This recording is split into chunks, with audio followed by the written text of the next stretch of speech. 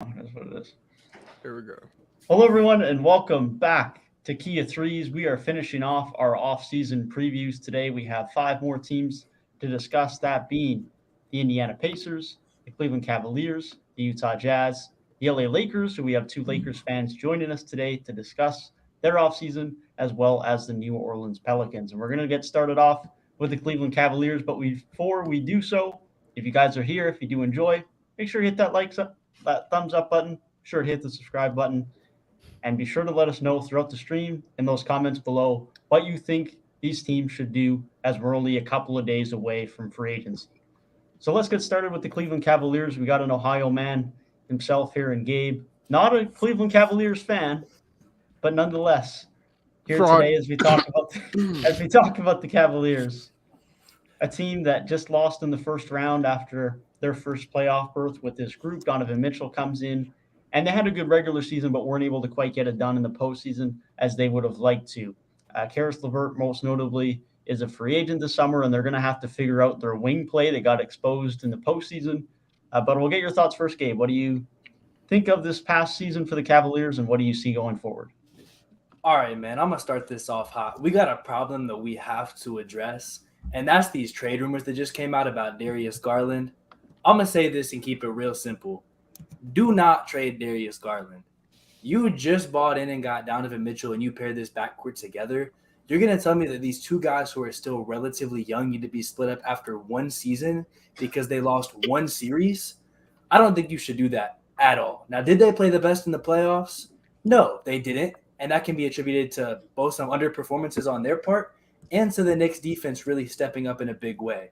But even so, a lot of that series wasn't decided in the backcourt. It was really the Cavs overall that kind of struggled there, especially the Knicks big men really took advantage in the front court on the rebounds, on the offensive glass especially, and they really took control of that series, and that kind of led to the downfall of the Cavs.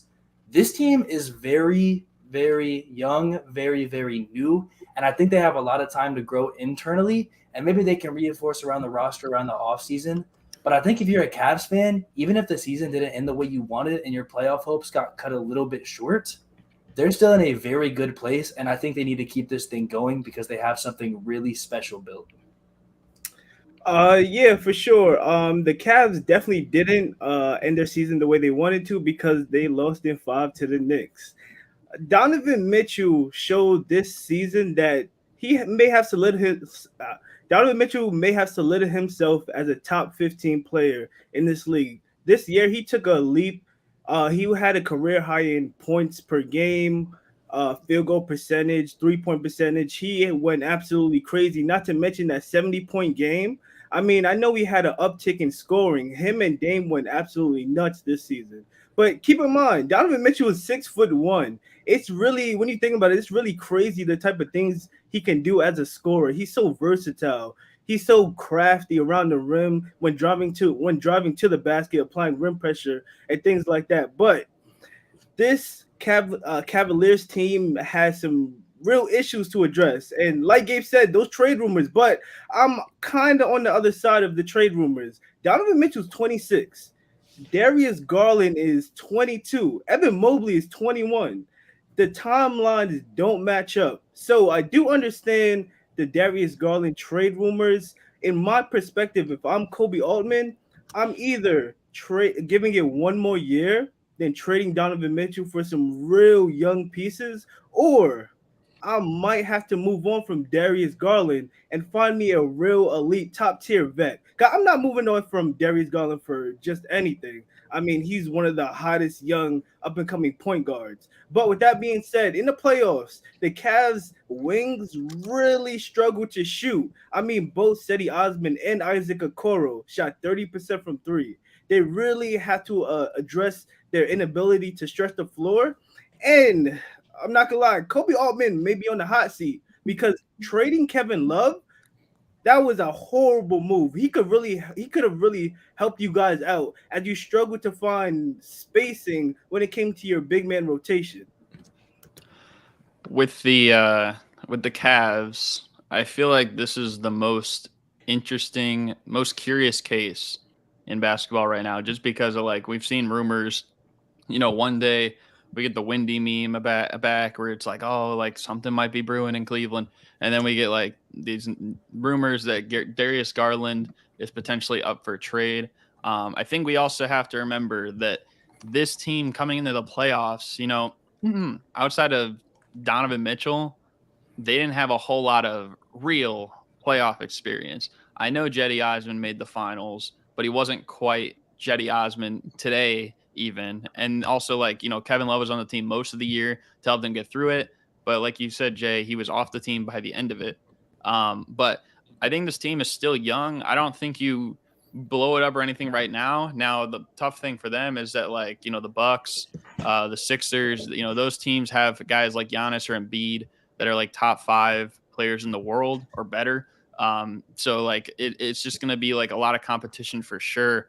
But when we look at the Cavaliers, I think, definitely you got to extend Donovan Mitchell. But also like just a lot of their free agents, it's not like a lot of them are too big of losses either. The biggest one's going to be Karis LeVert. And it's just a matter of if he's going to take the money that they're willing to give him. I don't know if I'd go to the extremes to bring him back necessarily, just because I feel like what he provides as, a scorer, mostly a guy that needs the ball in his hands, I feel like that only takes away from someone like Donovan Mitchell or Darius Garland. So you might want guys that are more catch and shoot 3-point shooters alongside them. And really, they don't have a lot of that. Like whether it was Karis LeVert or Isaac Okoro or Jetty Osman or, whoever it may be, Danny Green never really got much of a chance. They didn't really have that. So I feel like they need to go get, a small forward or something like that, that can be that ideal catch and shoot guy. But I don't know. I think it's too early to completely give up or like make a whole roster bolstering move or something, at least this season, because we got to remember they exceeded expectations compared to a lot of people this year. I thought they would have a breakthrough year like this, but I know most people did not expect that. And Donovan Mitchell had a great season. I still feel like he should have been first team All-NBA, even though he didn't play maybe the greatest in the playoffs. That's just what I think. And at the same time, like I still think he's the best shooting guard in the league. I know a lot of you guys in here might even hold a sword up to my chest on the top of Mount Thor or whatever, basically cornering me saying, hey, you know what? It's Devin Booker or take that back or whoever. I don't care because I still think Donovan Mitchell is the best shooting guard in the league. I think this team is just young. They had to kind of get a little bit of experience under their belt. Unfortunately, it didn't really go that well. But at the same time, they did run into a team like the Knicks who, have a defensive-minded coach that has playoff experience. They have a few guys who, at least in their first playoff run, they kind of looked the same way the Cavs did this past year. And I know Jay can attest to that. But now this year, it was kind of like the revenge year in a way. And so that's why they advanced. The Cavaliers did not. That was one of the biggest reasons, not the only reason. But I think it's way too early before we start making like moves that are going to completely shift the whole core, unless like a player like, and it's not going to happen, but unless there's a player of the caliber of like a Kevin Durant or like a Giannis or an Embiid, then yeah, that's a little different. But what are you going to trade Darius Garland for right now to make your team that much better? And you're not going to find a guy that's a top 5 or even maybe top 10 player in the world. It just won't happen. Not a lot of them are even up for trade talks right now, except Damian Lillard. Are they going to get Damian Lillard? I don't think he's ever even been rumored to go to Cleveland. So there's that. Nah, definitely. Devin Booker is the best shooting guard in the league. Donovan Mitchell is a very close second. We got to start with that before anything else. But in all seriousness, the Cavs are in an interesting position, and I think we have this bad mentality of being ready to win too soon, too quickly, per se. Why are we thinking about trading Donovan Mitchell? If I'm not mistaken, this is his second year with the Cavs.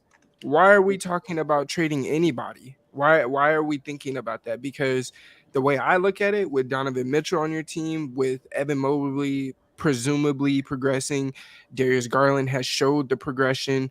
This is a team that can win going forward. Now, I'm gonna tell you now, Jared Allen, personally, he's played very well, and he's one of the best defensive bigs in the league. He's soft. Mitchell Robinson was, for lack of better terms, hitting him sideways all series. It was nasty. And when you come out and say yourself the moment is too big, the lights were too bright, that's crazy to me, especially if I'm a GM looking at my team play and you say that, you're off the team, bro, because we're looking to win. And winners will never have that mentality. They'll never feel that way. And that was something that was alarming to me immediately during the playoff run that they had with Darius Garland and Donovan Mitchell. The team as a whole didn't really have a good playoff run, but Darius Garland, I noticed that he seemed to be a little bit frazzled in game 1. Game 2, he played very well. Game 3, he looked back to that same game 1, frazzled kind of look. And then he played solid is overall what I'm saying. But when it comes to this team as a whole, I don't know where you go because Karis LeVert is likely gone. You're not going to bend your back to get him. Danny Green is gone, but he didn't really play too much. Robin Lopez didn't play too much. Most of the guys that you have as free agents, they weren't really doing too much for your team. They weren't really moving the needle or anything of that nature. So what I think is the most important for the Cavs going forward, you guys need a wing, a 3-and-D wing, a guy that can spot up and shoot and guard on the defensive end. And the primary reason you need somebody that can guard on the defensive end, whether it's a wing or a guard, you have two of the smallest guards in your backcourt, and they're a heavy bulk of your offense. And we already know how it goes. Donovan Mitchell is an okay defender, but he does so much on offense to where when it comes to the defensive end, he doesn't have the energy for that, or he's not looked to be that defender because he's doing so much on the offensive end. So above all else for this team, figure out how to get some wings there, but some depth around those wings, as well as getting some depth in your front court. I think their back court is okay for right now. Hopefully, Cedi Osman and Isaac Okoro, they can continue to progress and develop. Isaac Okoro finished the year very well. He hasn't been one of the brighter spots, especially being one of their lottery picks from a few years ago.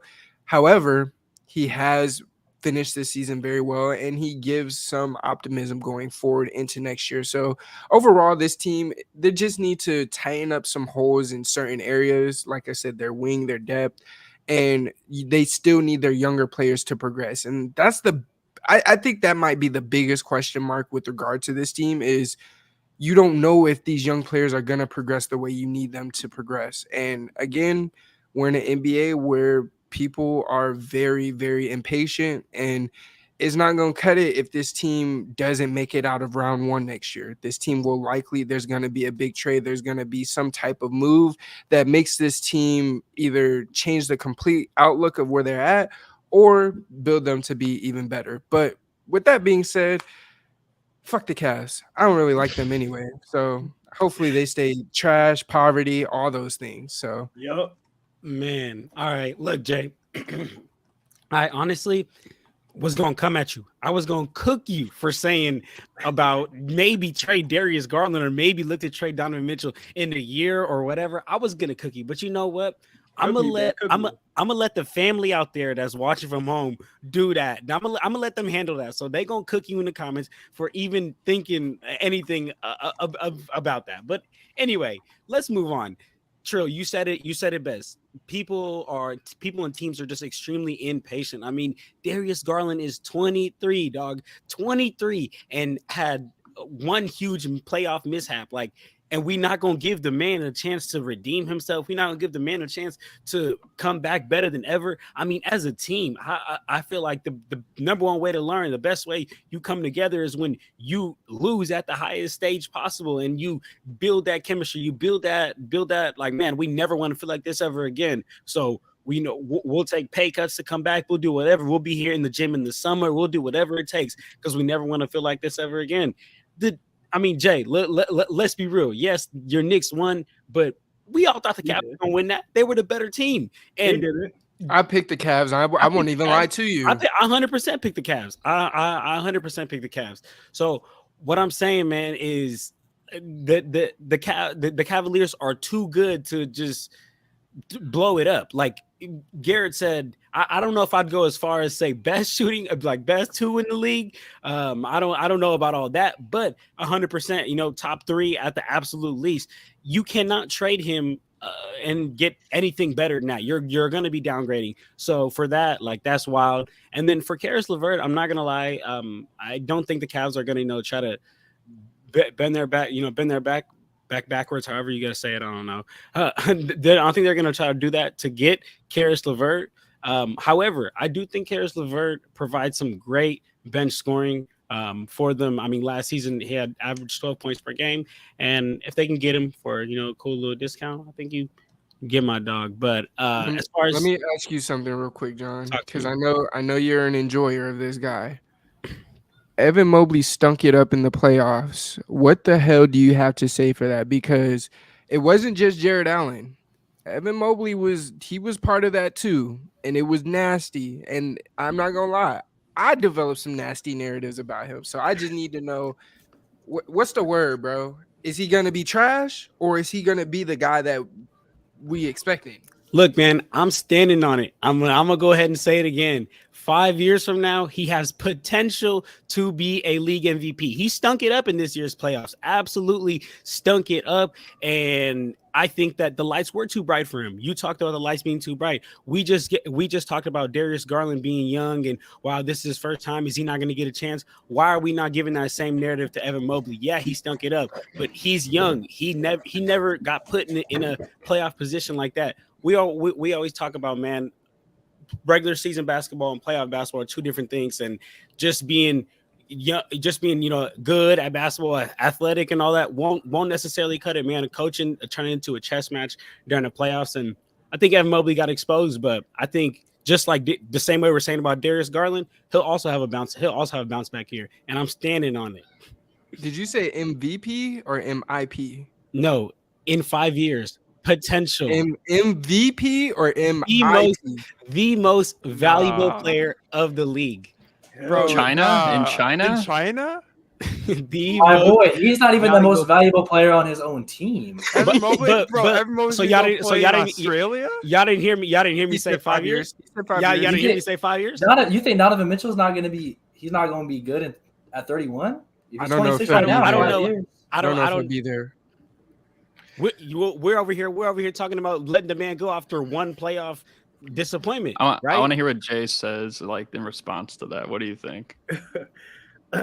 First of all, Evan Mobley has no bag. Come on, let's be honest. 5 years, brother. Bag talk. Real hoopers know. Listen, man. I mean, to be honest, the Cavs are young, but like I said, Donovan Mitchell is 26, and he really wants to come to New York at the end of the day. Like, nobody wants to be in Ohio and play. That's pure bias. That is just pure bias. Go ahead, Trent. Go ahead, Trent. You're done. Go ahead, Trent. I didn't want to hear it. I was interested too. I was invested till you said he's going to. Go ahead, Trent. My fault. First thing first, man. I wouldn't trade Garland or Mitchell. I wouldn't. I think that's pretty dumb. They just got this team together. But what I will say, though, is that they have a problem. You have Evan Mobley and you have Jared Allen in your starting lineup. What offense is being generated? It's not being generated at all. You know why, John? Because he has no bag. He can't produce nothing on the offensive end like he needs to be. He needs to be that stretch 4, stretch 5 in this league. He needs to put some moves onto his little skinny ass. Real shit. And then with Jared Allen, we already know in the sense he doesn't have no bag to him. He's getting a lob threat, offensive rebound. Sometimes you give him the ball, gets a little right next to the hoop, puts easy buckets. That's not going to win you games. Them two boys got outplayed by Isaiah Hartenstein. Like, let's just keep it a bug with you. Them boys just got played by a freaking backup center. And we got people in this chat saying he gonna be an MVP in 5 years. Now I'll give him the benefit of doubt, whatever. I don't give y'all young boys benefits of doubt, whatever. But what I seen in that playoffs was just horrible. And also what I do want to say about this team, and I'm gonna get on their ass. JB Beckerstaff, no one talked about him yet. I'm surprised. He's a terrible head coach. So the first thing they need to do is get him out the door. Because this team ain't going to go nowhere if they don't have no good coaching around this core that's already not deep enough and not good enough. You can have your Donovan Mitchell and Darius Garland. That's fine. But besides that, your starting lineup, it's really 2-on-5 in some games because their small forward position is not good enough and can't put the bucket. They keep switching lineups. You got Evan Mobley and Jared Allen. It's really a 2-on-5 every single So time. you're cooking right now. And the crazy oh my thing God. He keeps cooking, man. That's what I'm saying. I know a lot of people bash Donovan Mitchell, and I was one of them. Like, yo, what's going on with him? But just looking back, what can he do? He's the only one trying to put buckets up for this team. Because, like we said in the video right here, Garland, it was his first postseason appearance. So, like, you're gonna be nervous. So what does that lead to? The veteran guy, Donovan Mitchell, where he's gonna have to take all the shots. And that's why they got exposed by the New York Knicks. And it's really that simple. Another thing that I do want to talk about is Isaac Okoro. You drafted him the 5th overall pick in 2020, and he just hasn't really planned out too well. You put him in the starting lineup, then you put him onto the bench. That messes with a young player's mindset. Just messes with you overall. You are a lottery pick, and he just hasn't lived up to the hype. And that was the problem with their wing. They thought we had Isaac Okoro, like, we gonna be straight. He just hasn't done nothing. You get what I'm trying to say? And so I have this stat brought up for just the Cavaliers in the postseason and in the regular season, right? The regular season, Mitchell damn near averaging 30 points a game, Garland averaging 22. The two players after that is Mobley averaging 16 and Jared Allen averaging 14. That's the regular season, right?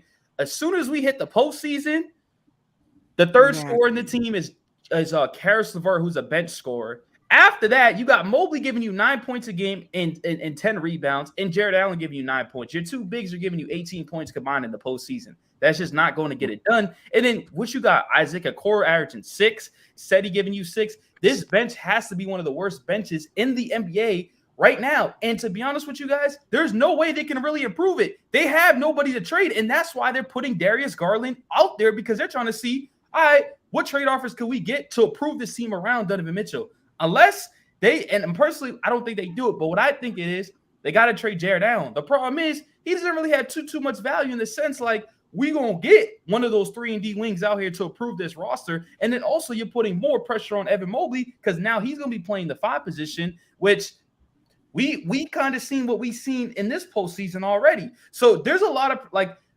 Donovan Mitchell came out, I think today or yesterday, like he came here to win a championship. The reason why the Cavs traded for Mitchell was to win a championship. You don't just make a big move to just be like, we don't really care. No, they made that move to win a championship. So this roster got to be constructed very, very well. And just for Jay's point about Kevin Love got out the rotation. There was a point in time where Kevin Love just didn't even want to play there no more. And he wasn't even playing too well. He came to my team and he played solid. You know, I would want to bring him back and stuff like that. But I know y'all remember there's a game where he has the ball in his hands. He just threw it out. Like, I don't even want to play. Like, he gave up on that team. So you really just have to let him go. So the Cavs are in a very interesting position. I do think they stay top 6 around there. But, like, going to, like, the second round may be tough just because of the fact they get matched up with the Knicks. They're most likely going to lose. They get matched up with any team in that top 4. They're most likely going to lose. Even with the Sixers, like, it's tough for them. So they got to do something. I don't know what they're going to do, but we'll see. Let me just add to that too before you go, Jelson, because I agree with basically everything that you're saying there, Trent, with how it's hard for them to improve.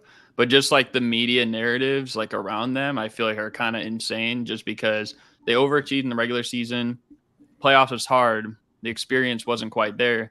And I think I even told you, Devin, and Gabe and Reek on 3 Point Weekly. I think I told you, Trent. I think I told you, John, like, before the playoffs, I'm expecting a Darius Garland like playoff blunder. You know, like this is what I thought, just because it seemed like that he was the type of guy that come right out the gates. It's going to take some time.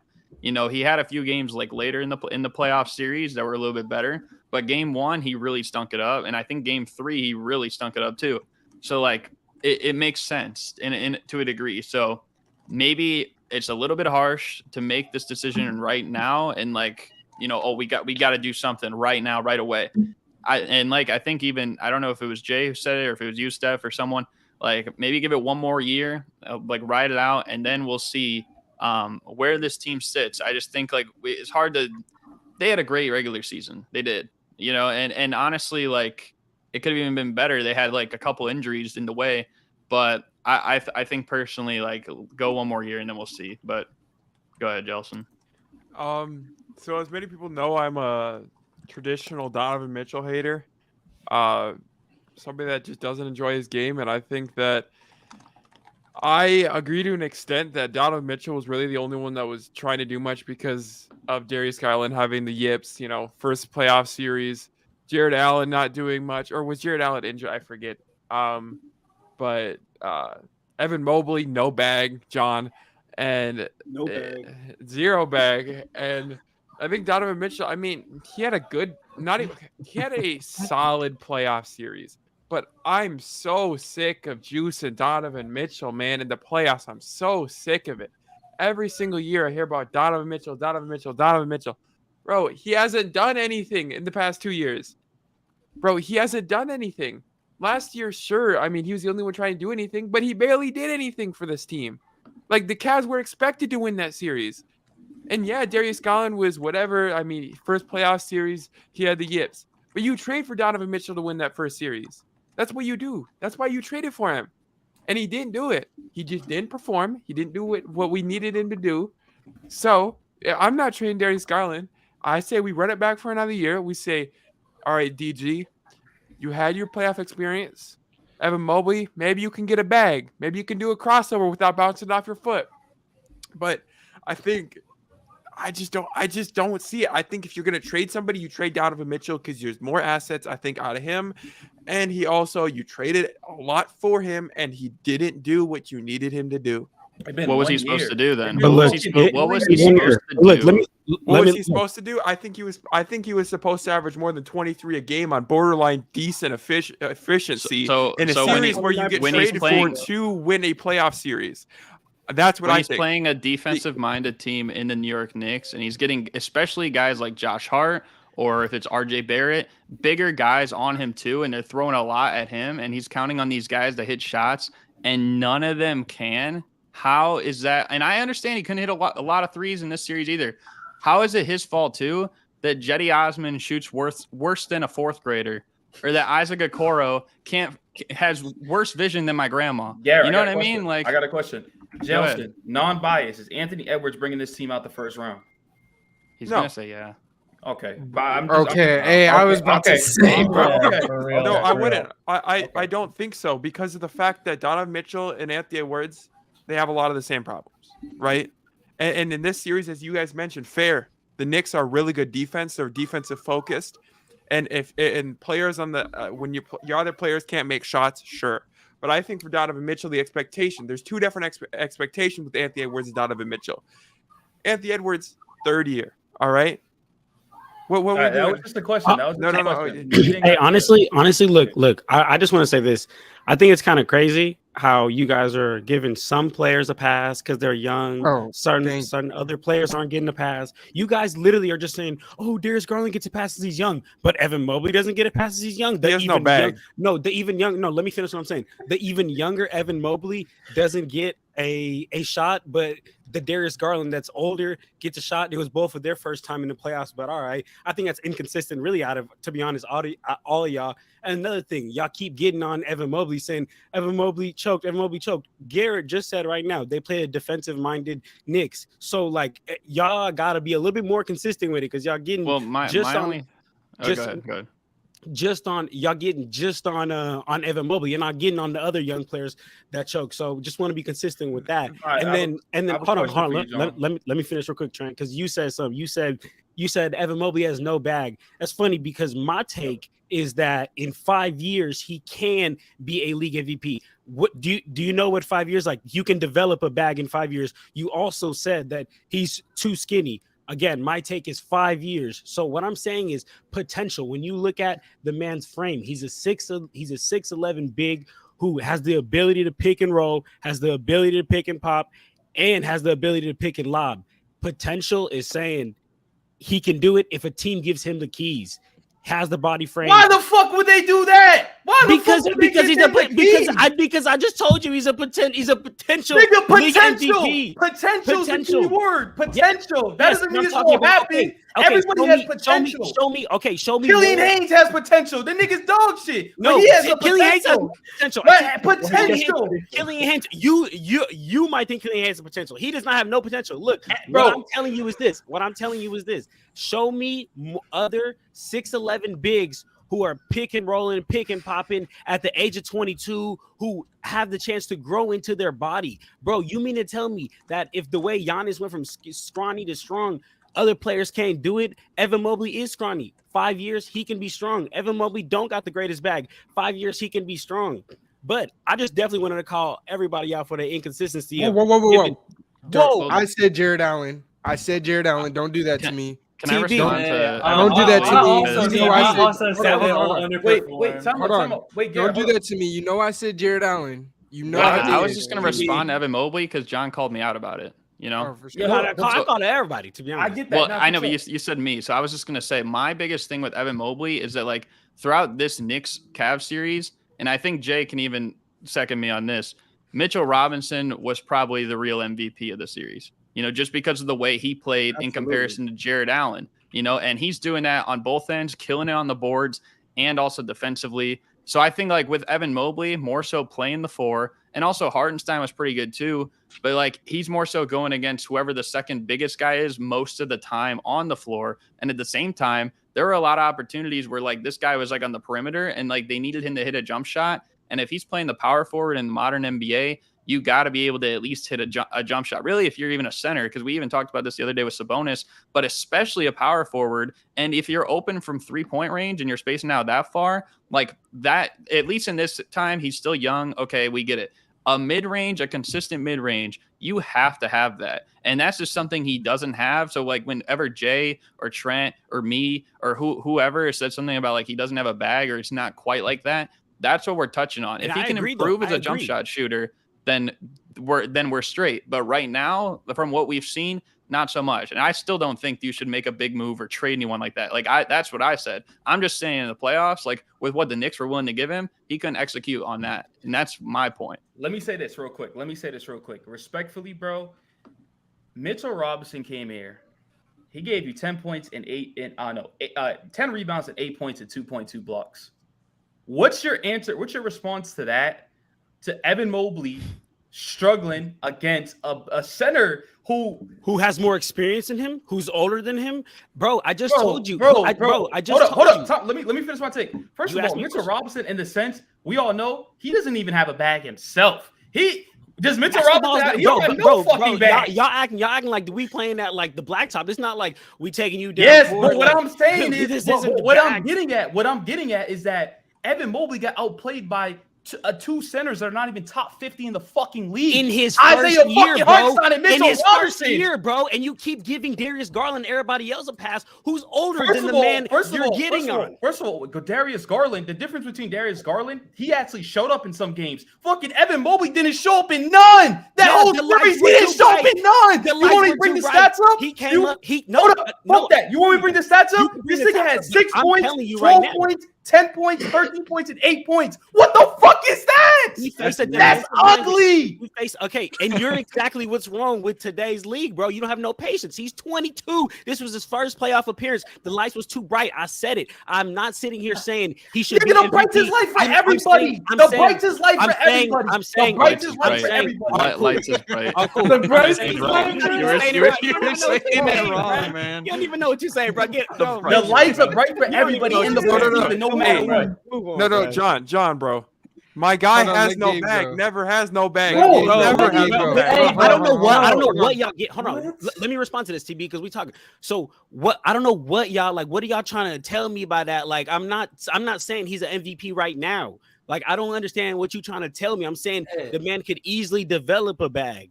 Hold on. Let me defend John real quick, bro, because I gotta ask y'all this. Y'all are saying Evan Mobley can't be an MVP without a bag. Say that he's just really good on the pick and roll, becomes good on the pick and pop, is the best defender in the league, and he just gets more into his body and like his athleticism goes up.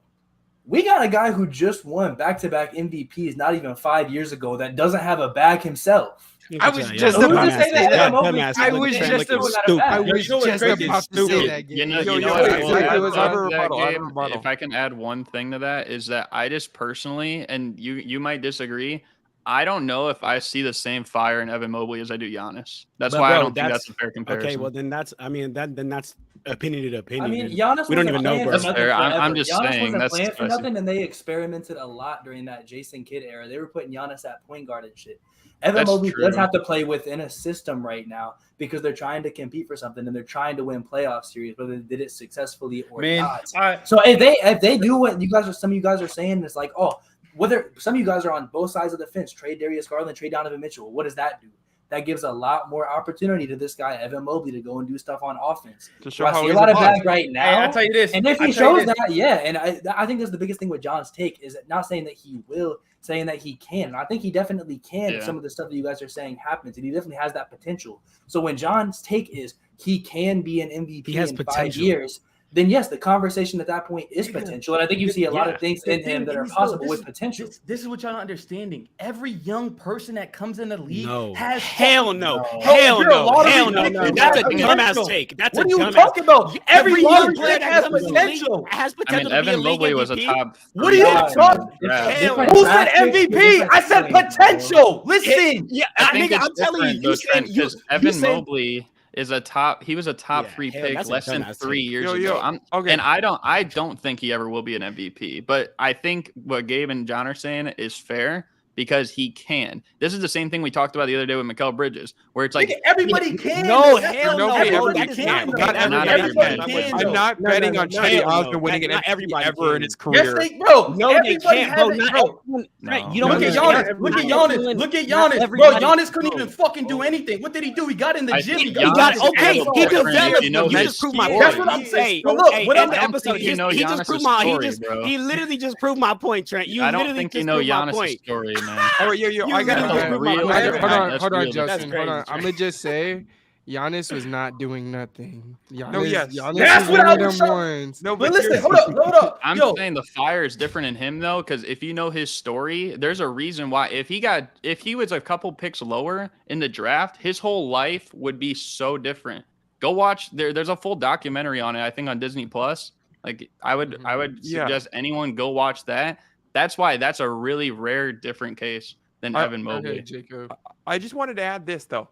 Giannis, not only did he have that fire in him that not every single player does, because this we talk about a lot of young players, a lot of players that have this potential. If you have the fire, you have the fire. If you don't have the fire, you don't have it, and you get bashed for it. Evan Mobley, to me, yet has to show that he has the fire. Does he possibly? Sure, he might. But as of today, as of right now, as of my viewership, I do not view him as a Giannis. I don't think he has the physical tools Giannis has. I think Evan Mobley, albeit, will eventually be a very good player. MVP, not quite sure about it. I think his defense has the upside. We've seen it. Has the upside to potentially be the best defender in the league. But we can't talk about him being, he's going to be the MVP. He has to improve on his defense. He has to improve on his playmaking. He has to improve on his ball handle. He has to improve on his jump shot. He has to improve on literally the entire game of basketball for us to even be talking about him being the MVP. That's why I don't think it's realistic. I do, however, think that he can be very good at some point. Yeah, I mean, there's definitely upside there. Like we've alluded to, the biggest difference between Mobley and Giannis is Giannis got the keys, and Milwaukee were willing to give it to him and just let him trial by fire. Mobley is on a team that just made a trade to win a title. They're in two very different Mobley would never situations. get the keys. Mobley And- would never get the keys. And that'll be the biggest thing is he has the potential, but it's going to be tough for him to get that opportunity. But that's some great debates to have about the Cavs. Definitely, Mobley does control a lot of their ceiling going forward, and we'll see what trades they do or don't make. But we're going to move on to another team in the Eastern Conference that did similar things to what the Cavs did a year ago when they ended up missing the playoffs, and that's the Indiana Pacers, who had a very good start to the year. Looked like they were a team that was going to be in the play-in tournament mix, if nothing else. Ultimately, Tyrese Halliburton ended up missing some time due to injuries, and it was clear that they were going to struggle without him. They did so and ended up finishing in the 11th seed. But we'll start with you, Garrett, for a team that finally decided to rebuild going into last year and were better than pretty much everyone expected last year, finishing that 11 seed. What do you see from them as we enter into the offseason? So even though I am a Bulls fan, I am from Indiana. I think that's fair to go first, since Gabe just went about the Cavs, and we all know who he is a fan of. but anyways, no, there are actually a few reasons why I wanted to talk about this team first. I think the biggest reason is in the draft. I thought they did really good getting Jarris Walker and a couple future picks for Bilal. I thought that was big for them, especially because of the power forward position. That's kind of like the biggest question mark, I think, for this team moving forward. Halliburton is clearly the guy that's going to be running the show. You already had, Mathurin and stuff like that. Miles Turner is there, at least for the time being. For now, you got Buddy Hield. And then, there are younger players too, like Duarte and Naismith, Isaiah Jackson, who I'm pretty high on his energy, and then Jalen Smith. I think personally, this Pacers team last year, people forget how good they were before Tyrese Halliburton went down with injury. And then I think they lost like 11 of the next 12 games. Like, they very well could have made the playoffs this year.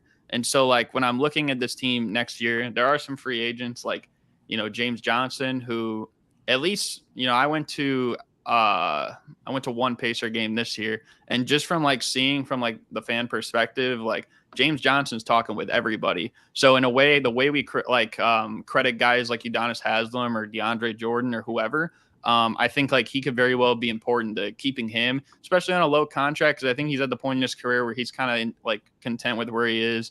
You know what I mean? So I think if they could bring him back, that would definitely be a huge plus. Maybe even, George Hill in that kind of role if need be, if like James Johnson decides he's going to retire or whatever. But I think for the most part, the rest of their free agents, it's not like huge losses or anything. Definitely got to extend Tyrese Halliburton. And we'll see what happens with Buddy Hield, because he is 30 years old now. Maybe he will get traded to a contending team. But I think, honestly, this Pacers team has the mentality of a contending team, mainly because they could have made the playoffs last year.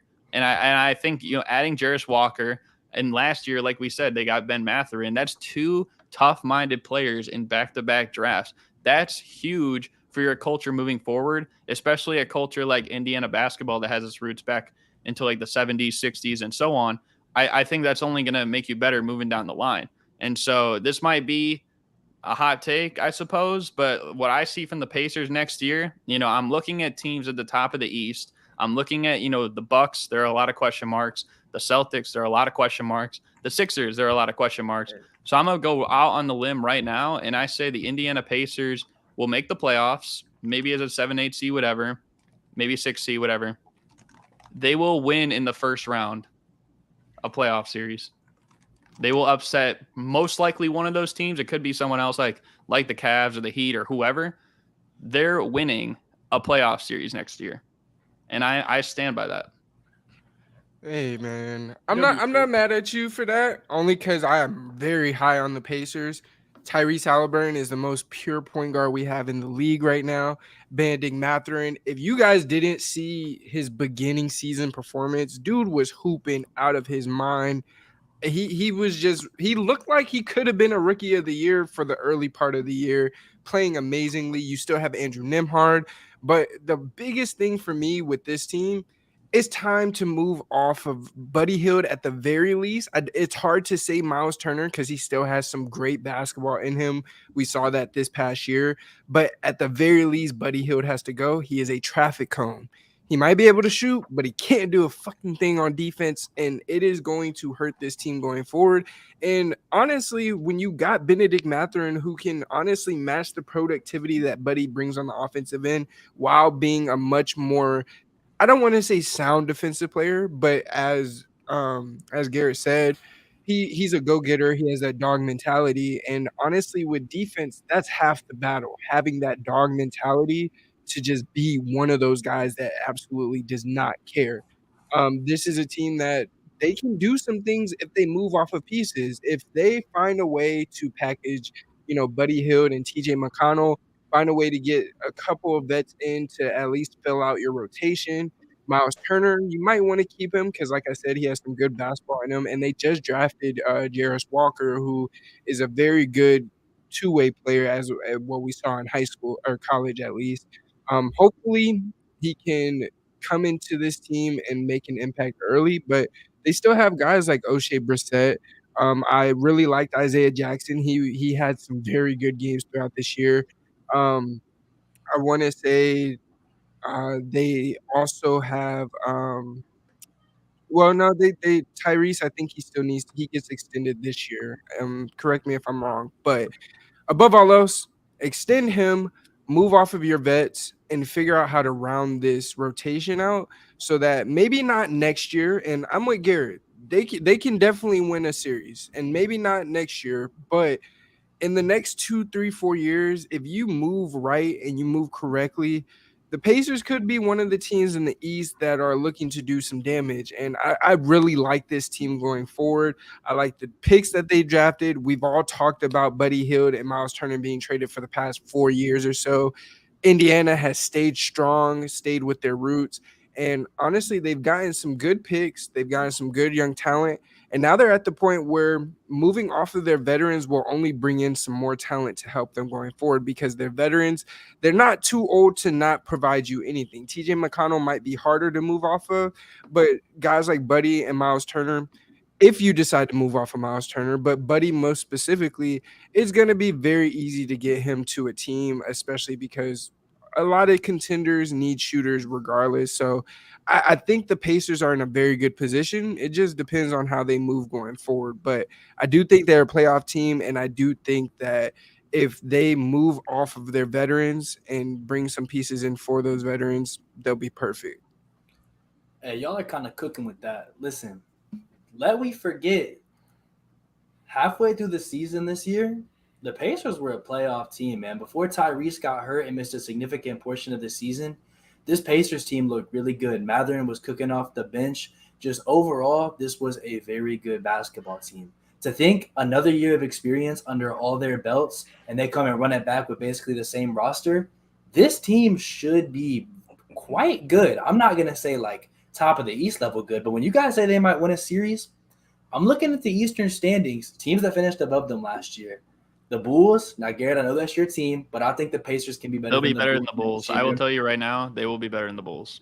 Then look above that, the Raptors. Now, as a proponent myself, as a Raptors fan that wants to kind of move off of some of our older guys and rebuild, if they go down, that's another spot the Pacers move up. Now you're at 9. And then we'll see what Brooklyn does, but they didn't look too hot to me after they made the KD trade. So maybe they reinforce and come back, but Indiana could also very well be better than them. And that's already in your top 8, and that's already becoming a playoff team. And that's really all you need because this year we saw an 8 seed win a first-round series in the East and go a lot further than that. Now, I'm not saying that was some regular 8 seed, and I'm not projecting that for the Pacers. But to say that it's outlandish for an 8 seed in the Eastern Conference to win a playoff series, and even if they can get higher than that, but moving above teams like Atlanta, which is very possible, if Miami has another down regular season, they're usually known to elevate in the playoffs. They can get higher seeding than that, and they can put themselves in great position. So I really like the way things look for them, especially their draft pick, Jarris Walker. I keep hearing one thing about him over and over and over. And what is that? Winning player. That's the perfect thing you need next to this team because a team is trying to make their first playoff push. If you add him in, he should be a guy that's able to help you play winning ball from day one and get you into that postseason. That's what I like. And then you talk about like some other guys that are on the team. They might be a little bit older, but at the end of the day, if you're saying that your main core pieces is Tyrese Halliburton, Ben Mathurin, and Jarris Walker, if the rest of the roster around that's older, I'm not really too concerned. When it comes to timelines, I think what your core is really matters. But everybody outside of that, if this guy's a little bit older, if this guy's a little bit younger, I think you're fine. It really just comes back to like who are the top probably 3 or 4 guys that are going to take this team far and how can you build around them? For those guys, I don't think age matters. I think a lot of these contracts aren't really too long either. Like Buddy Hield's like 1 more year, then he'll be off the books by the time other guys need extensions. Miles Turner, you can probably get off of him if you need to for money reasons at any moment. I think they're in a really good place. I think they've got some solid depth brewing on this team. I like some of what I saw from Jalen Smith last year. Aaron Nesmith played quality minutes among other guys. They're going to be straight, man, and they're going to be a quite fun team to watch next year. Not for sure. I pretty much agree with what all you guys said about the Pacers. The Pacers are going to be must watch TV every single night. I mean, if you think about it, the Eastern Conference is going to be really, really tough next year. You got pretty much all the young teams that didn't perform last year. Their stars are back, hopefully, and they're looking for some success this upcoming season. But the Pacers, Tyrese Halliburton. It's funny when the Pacers made the Tyrese Halliburton trade. Everybody clowned the Pacers, saying that everybody clowned the Kings, saying that they lost, and the Pacers won. But in all honesty, both teams won. One got Tyrese Halliburton, one got Sabonis, and Tyrese Halliburton is probably one of the only true point guards that we have in today's game. Him with Miles Turner. I'm bringing back Buddy Hield. Buddy Hield, we know the type of player that he is. He's a sharpshooter with very entry-level shot creation abilities. I'm bringing him back, although he's not the best defender. If I can't find a good two-way player that I could put in Buddy Hield's position, then I'm just bringing Buddy back. But with Benedict Mathurin and Chris Duarte, like Chris Duarte was in and out of the lineup, but I'm really high on Duarte.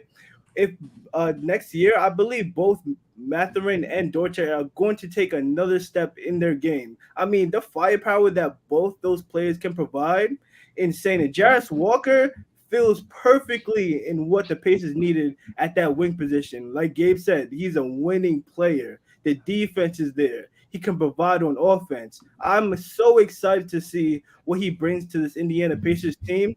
And hey, I think I'm all in on the Pacers. I definitely can see them being. I go 60. I'm not even the plane. I go 60. It's your world, Trent. I mean, looking at the Pacers, they cool. I do think. Well, this year, let's say they went 35-47. Tyrese Halliburton only played 56 games. When he was healthy, this team was a playoff team. Let's not forget that. So with just having that record, they easily could be in a play-in. They're 11 seed. They're easily a playing team if they just stay healthy. So that's one a really good thing. But my main thing I'm just going to talk about the Pacers is that they just got to finally get rid of Buddy Hield and just get rid of Turner. And I know they just gave him an extension. I'm not sure why. Like I know why. I know what he brings to the table and stuff like that. But to be honest with you, if I'm Miles Turner, I've been in trade rumors for the last 3 to 4 seasons. You literally offered DeAndre Ayton a contract sheet, and you was going to replace me. Why should I stay here? And I understand he accepted the contract, but personally, just on a like personal stuff, I'm just like, bro, I just don't feel respected. So that's all with that. But they got to find a way to get rid of those guys.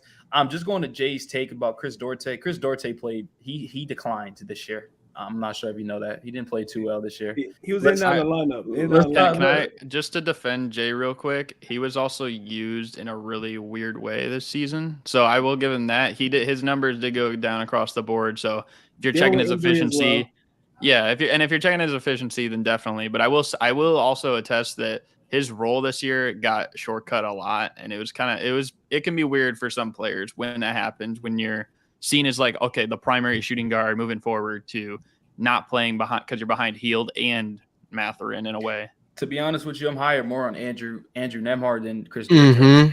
I'm with you on that one. Point guard. He's more so their point guard though. Okay. I'm still saying what I got to say though. I'm still kind of bigger than him than Chris Duarte. That's all I'm really getting at. I'm not a really big fan of him. His first rookie year was cool. It was really impressive. The next year, he took a decline. So they have a lot of guards over there. But the Pacers, I don't really have too much to say about it. I love their pick and Walker. Their main position that they were missing was a 4 always. They were running out there sometimes like Jalen Smith, I believe. They didn't really have a big body there. So just imagine having Miles Turner now having a legitimate 4 with Tyrese. So you're going to put my Buddy Hield in the lineup. And we're going to see this team. We're going to see this team, man, for real. Yeah, I'm all right there with Trent. I also don't have too much to add on the Pacers, but what I do want to add is that I feel like they do have, their guy in Tyrese, and they have enough pieces to where if they can make the right decisions, they can start to build out something serious around Tyrese Halliburton. The only thing I don't know is what do you do with players like Buddy Hield, who are a bit older? Miles Turner doesn't would be great for that team, but if he's necessarily looking to win, he really wouldn't fit Tyrese Halliburton's timeline. Tyrese is like 23, Miles Turner is 27, so they do got to figure that out. But the good thing about the Pacers is they got their start and they have wiggle room. They have places to go. So Pacers are sitting relatively pretty for mid-team. I will say this. Tyrese Halliburton has MVP potential in the next 5 years. If you want to talk about it, he has MVP potential. I know he does.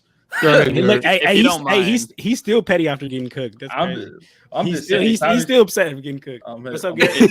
What's up, Gary? If you don't mind, maybe we can just hop into my question real quick, and then we can go to that comment after Steph. Steph's gonna love this question. Because we kind of talked about this a little, but not all of us have even talked about this behind the scenes. Who would you rather have, Tyrese Halliburton or Darius Garland? And I want everyone to answer. Do you want me to go first? Yeah, let's go down the line. Go ahead. Yeah, go first. Go first. Bro, I'm not going to lie to y'all. It hurts to say this because I hate backtracking and I hate doing this, but I'd rather have Tyrese. He is the better player. He is more complete on offense, and he is a much better defender than Darius Garland. I hate backtracking, and I hate saying – I'm not even going to say I was wrong because I wasn't wrong. I wasn't wrong because that technically wasn't the argument we had. But I would take – if I'm a GM right now, starting right now, fresh – I'm taking Reese. I agree. I'm also on Team Tyrese. I just think his impact is so undeniable. And not to say that Darius Garland doesn't have impact or doesn't move the needle, but just seeing what the Pacers were with Halliburton and what they were without him, just completely different team. And I know, like, not this past year, but the season before Donovan Mitchell, the Cavs, like, they had like a Darius Garland injury and some other injuries, and that kind of helped them. But that was a lot of injuries that all led to that team's downfall. With this Pacers team, it went with Tyrese, and they were a very good team. You can throw stats out the window. Just show me the wins and the losses with him and without him, and it's two different basketball teams. Yo, Gabe, you over there pulling punches. Don't lie. Darius Garland isn't close to being the impactful player that Tyrese Halliburton is. Okay. Oh, wait, no. Wait, let me get my shit off. Let me get my shit off.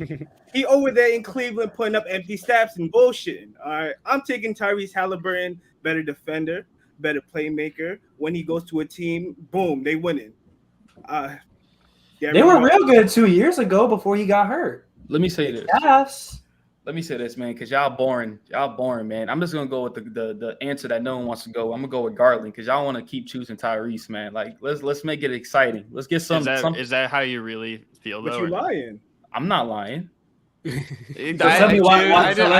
saw that smirk. You're lying. I'm just upset about saying. I'm not lying. Yo, bro said I'm not lying. I'm not.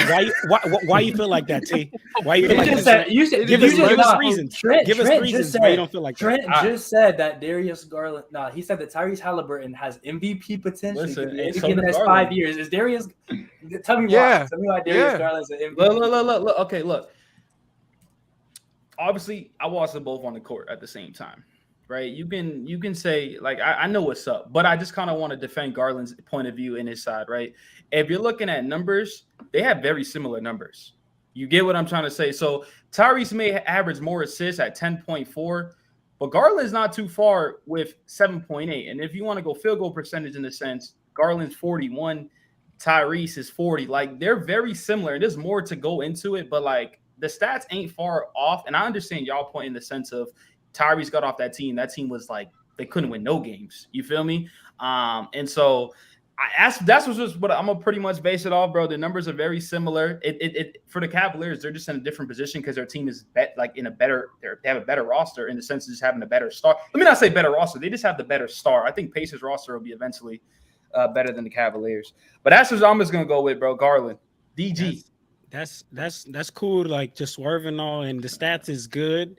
It's a good take, but numbers also aren't black and white. Tyrese Halliburton is the number one guy on that team, taking number one guy shots, and I wouldn't really say the same for as much of Darius Garland. Like how you mentioned, Darius Garland has better players around him, But if we're talking about Tyrese Halliburton and Darius Garland, I personally am taking Tyrese Halliburton. We're talking about a 6'5" guard, a bigger guard who's better on defense and a better playmaker.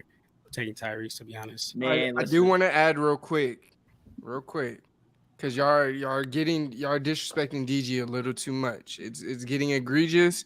It's not that far off. First of all, that's what I'm. Secondly, when they play head to head, Darius Garland is outplaying Tyrese Halliburton. And that's in their careers, meaning when Tyrese was in Sacramento as well, which is when Cleveland wasn't worth shit. And again, like you guys said, he's playing next to Donovan Mitchell, who is going to get majority of the shots on that team. Darius Garland is looked at to be more of just a facilitator, whereas Tyrese, he's doing everything. But the crazy part is, even though you're looking for that from DG, he's still scoring at the clip Tyrese is. So y'all gotta. We're not about to sit here and act like it's just like this. That's to you, Jay, especially. Wait, who got more wins? No, that was who got crazy. more wins though in that head-to-head? Who got more wins? Hold up, let me say something, right? Because you made a good point, right? Like Tyrese is the number one guy. DG is the number two option, bro, and he's putting up similar numbers to Tyrese, bro. So like you gotta, that's something into that shit that you have to respect no matter what. Because we can say if D Mitch comes off that team, bro, Garland's gonna go off. He gonna be that dog over there in Cleveland Cavaliers, bro. He gonna be that number one guy. He gonna give you 30 every single night with efficient things over there. So let's not like kind of disrespect these two guys, bro, in a sense. Yeah. Jelson and Devin, what do you guys think? I personally think that y'all are going way too crazy on my man DG, bro. Tyrese is a dog, man. I think Tyrese is better in my opinion. I think he does more for the game, but that's just me. The thing that I want to remember when we're having this discussion is like we talked about Garland having a better team around him. His spacing is worse though, like significantly worse. Halliburton has a lot of shooters around him, which A, makes it and get his own a lot easier, and B, makes his assist numbers look a lot better than they would be otherwise. And that's not to discredit Halliburton's playmaking, because Halliburton is one of the best playmakers in the league. I don't think there's much doubt about that. But we do have to remember that Garland has terrible, terrible spacing around him, and that doesn't help either. So I'm still picking Halliburton, but Garland's a dog in his own right, and he's got his own limitations with how that offense is currently structured with some of the guys they got on that team. Say what you guys want. Hold on. Okay. Say what you guys want. I'm sorry, but I'm switching sides because not only is DG 5-3 against him. Hold on. Not only is DG, because he asked me what the record was. I wasn't even gonna look up. He asked me. So DG is 5-3 against him. But here's the thing: 2 of those 3 losses came when DG was a rookie in his sophomore year. But DG still put up 20. Ever since Tyrese has been a Pacer, he's only beat DG 1 time, and in 2 of those games, DG had 20. One of those games, he had a 40 piece on Reese.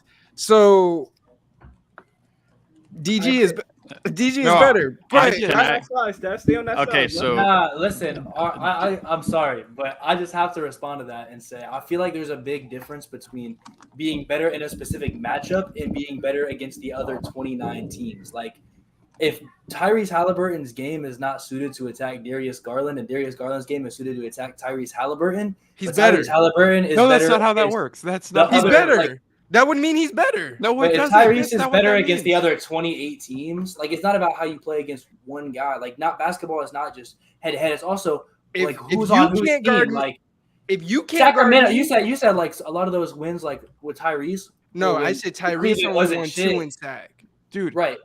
But Devin, like, can I get full screen real quick? Ooh. The whole point in this, I was making a pitch. We all know Tyrese. You can say what you want, Steph. I see you backstage right there making a face, and I know Trent was also like kind of for the jokes. We all know Tyrese Halliburton is better. It's just facts, and so. Tyrese Halliburton, if you're watching this and you want to be the first guest on Key of Threes, hey, man, send us something. Send us a DM. Send us an email. Come our way. We will be happy to have you on here. Even though, you see some of the guys trolling right here, but I will embrace you, and I'm sure most of us will. even though we got some trolls in here, you know what I mean? That's my whole thing. Says the So- biggest The troll in the irony, history bro. of Twitter. Bro, what do you mean? I'm real, man. I'm real. Nah, that's Respectfully, insane. No, respectfully, I'm Garrett's standing on my take. spitting, bro. Garrett's Facts, saying bro. the I'm truth because spitting. here's the thing. I personally like Tyrese more, and Steph, I don't think the one-on-one matchup matters as much as you make it out to be. Record-wise, I don't care what the record says. The It's a teams Y'all are team asked different. me. game, Hold bro. on. It's No, a your team side- game, No, bro. I Your wasn't here side for that. asked me. Okay, well I'm telling you, your side asked me for the record. I wasn't gonna give Oh, that. okay. So that's your fault. That's not on me. If No, you no, asked me no, for the yeah. record and it That's fair. kills That's your fair. argument, that's on you. No, that's fair. Jay did that to y'all. And No, okay. DG, he's him. I think Darius Garland is real good, no doubt. But I think Tyrese, as I said earlier, I just think he does more. I mean, I think personally he's a better playmaker. I think his scoring upside is just as big as Darius Garland's. I think personally that he's a better defender. I think he can lead a team better than Darius Garland could ever do that. I think Tyrese Halliburton is overall the better basketball player. One-on-one, as you said, Steph. Yo, if he's cooking me or whatever, and I can't cook him back, then guess what? Maybe one-on-one I'm not better than him, but basketball is much bigger than a one-on-one matchup. So I want to I'm ask you. talking about me versus you, and I do better than you when you are guarding me. I am better than you. I am a dog, and you can't see me. The thing is too, like let's say if their end goal is to win as much as they want, because I would think both these guys, they're young, they were highly sought after prospects coming in, and now they're both going to be franchise players either as a 1 or a 2. Their goal should be to win as much as they want. At some point in their career, this is what is going to happen. We're going to see them as players like this. Maybe not quite today, but maybe next year, the year after. So my point is, if they play, let's say the Cavs and Pacers played in the playoffs, and let's say the Cavaliers won and Darius Garland outplayed Tyrese Halliburton. That's cool and all, but if he can't play better against the other teams in the league the same way Tyrese Halliburton can, it's not going to matter when we're talking about Tyrese Halliburton and Darius Garland. So while we're talking about Tyrese Halliburton and Darius Garland, 2 of the best shooting and facilitating guys in the league, Sports Wikipedia brought up a great question earlier. Outside of Tyrese Halliburton, who is on a similar or better level than him in terms of the combination of playmaking and shooting? Trey. LaMelo Ball. Ice Russell Trey. Westbrook. Whoa! Whoa! No! He said LaMelo. No. Defend yourself. Yeah, Wait, come on. Did I not hear that? Defend You were yourself. throwing him to the wolves. Is LaMelo Ball not on the same level as playmaking and shooting as Darius Garland? No. No. He's not. Close. He's not. Playmaking is not And even close. still, Hmm. we're talking about as Tyrese Halliburton. So if you think Oh, Tyrese is Halliburton. greater, Oh, Someone say I'll it take shouldn't back. even be a thought. First of all, he's not better than DG. Let's start there. Hey, LaMelo hold up. I heard Trey Young as well, bro. I'm gonna keep it a stack with that's you. what you heard. I I'm said gonna Trae keep it a Young. stack with you, bro. Tyrese a better shooter than Trey Young. No, I didn't say who's better That's and who's facts. not. That's fair. He said who's up there, up to that par. If you say Same okay, level or if you better. say like similar tier, all right. But Dude, Jay, you I would have think- been I better think that off saying Tyrese might Jalen be better Brunson at than both. LaMelo Ball, man. You would have been better off being a Knicks fan for once than No, saying Brunson- LaMelo Ball. He's not a good playmaker. Brunson's a dog shit playmaker. No. What? You say No. dog shit. No. Damn. No, he No. is. No, he is. Nah, bro, but I'm promise taking. you. Matter of fact, I'm taking Tyrese over every guy you just mentioned. I'm taking him over Trey. I'm taking him over LaMelo. I'm taking him over all these guys. Bro. What is happening? You got really quiet, Garrett, by the way. Yeah, you got But- really Bro, Jay, we're gonna I have mean, to I capitalize said on Brunson- LaMelo, bro. I said Brunson shot 42% from 3 too this year. Like Now he's Yeah. high. No, I'm not talking about the shooting, the scoring. I'm talking about the playmaking. question was about shooting and playmaking. Oh my god. He said, who's the- on similar right level? Jay a Someone TikTok else go, machine, my dog. goodness. Jay a TikTok machine. Tyrese is better than all these point guards. Y'all Hey talking man, I agree. I said my answer too, man, and I'm standing on it forever, bro. I What want did to you say, propose Trent? Wait, what was your answer? Nigga, y'all should know, nigga. He Zero. said nigga. Russell Westbrook. Fuck you, Oh, talking That's about. right. Oh, No, yeah, no, yeah, no, shoot no, on no, that no, level. no. But Jay, Russell Westbrook has never shot at the clip, bro. Jay, the question though is about Maybe shooting and experience. playmaking. That's what I'm Yeah, saying. you forgot the shooting part. Yeah. That's half of it. Right.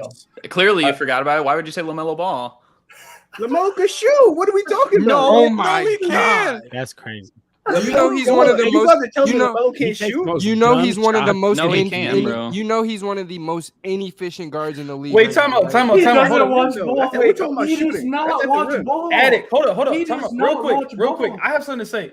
Y'all came at me because I said he was the most overrated, and now y'all defending him. No. Trent, What's going on? That's hold a on, good hold on. question. I agree with I you, think. bro. Hold on. Let me. I think it's because he asked if is LaMelo along the same lines as DG and Tyrese. I think that's what they're saying, Trent. Yeah, don't think those they're are saying two separate overrated. arguments. Yeah. Those are two separate arguments. But regardless, LaMelo is one of the most inefficient shooters in the league right now. So to say, I know he At the can shoot. rim, He in though. the NBA. He better be able to shoot.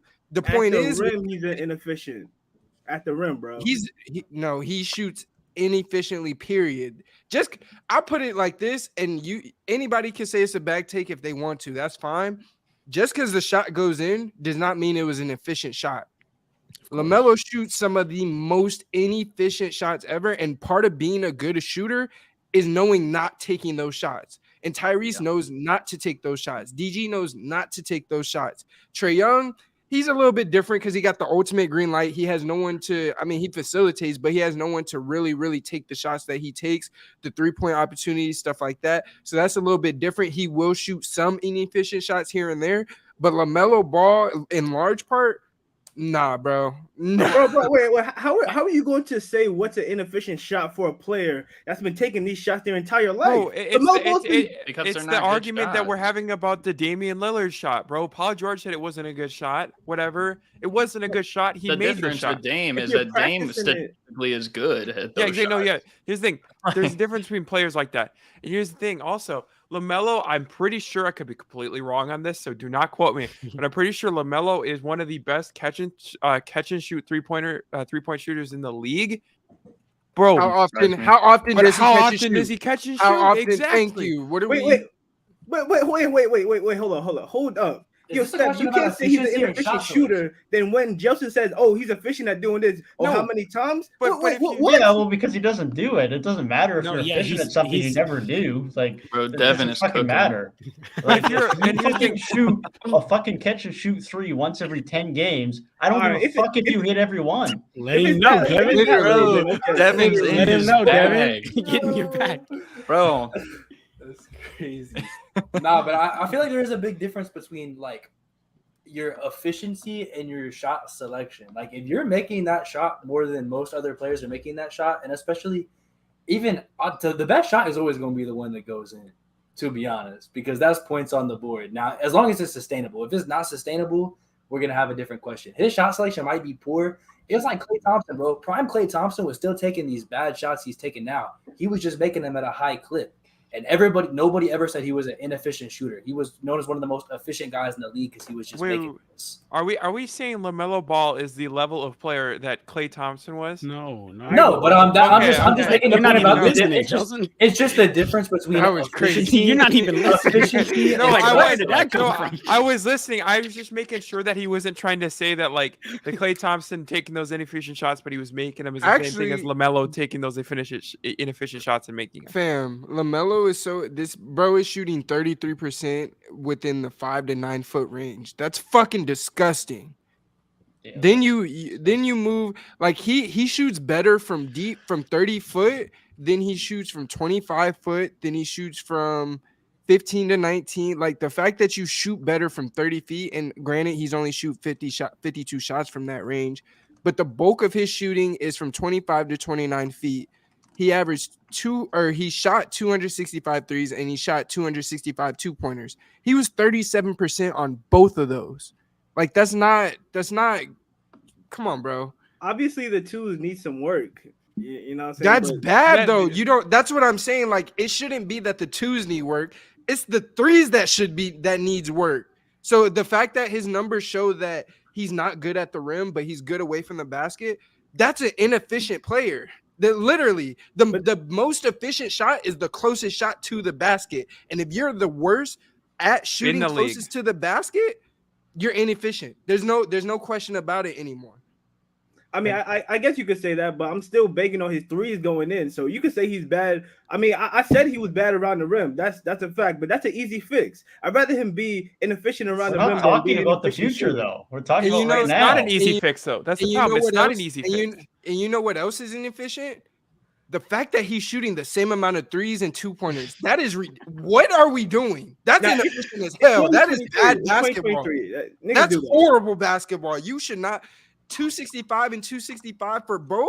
That's bro. What is your shot taking? That's all I'm saying. And I personally, efficiency goes into your shot taking as well as your shot making. We didn't even say Jokic in this whole conversation. Yeah, no. That was I the felt guy I like wanted to bring up. Jokic. I wanted like- to say that, but we got stuck on LaMelo. And after all that, Tyrese Halliburton still clears LaMelo. He doesn't. No, I clear get Jokic, y'all that. though. I get y'all that. He not. Jokic is the number one. If we're talking about the balance of facilitating and shooting, Jokic is by and large number one. But I'm not gonna lie, I didn't mention him because I felt like that kind of went without saying. I personally have Jokic as a top 10 center of all time at this point, but we could talk about that some other time. Yeah, that's for another time in its own stream probably at this point. But For sure. we'll see how the Pacers move through the rest of the offseason. They've already got what's most important for them done and behind them with their draft picks, and most importantly, Jarris Walker in the lottery. And maybe some of these hot takes will turn true and they will end up being a postseason team next season. But we got to move to what is the team for a couple of us here in the stream, and that is the LA Lakers. We got them in the background for boy John. What are we thinking here? What are we thinking for our Lakers? Dad, what was to most people a better season than was expected after having a relatively rough start, having to get some additions at the trade deadline to put them over the hump, and ended up going on a very good postseason run. And I know you were hyping them up going into that postseason run, John, and how they were playing after the trade deadline, how those additions were really helping them. Now with a couple of those guys, most notably Rui Hachimura and Austin Reeves and D'Angelo Russell, all entering free agency this summer. What do you see moving forward from your Lakers into the summer, and how do you feel about them going into that free agency? Bro, I'm sorry. Hold on, John. Bro tried to mention D'Angelo Russell like we want him.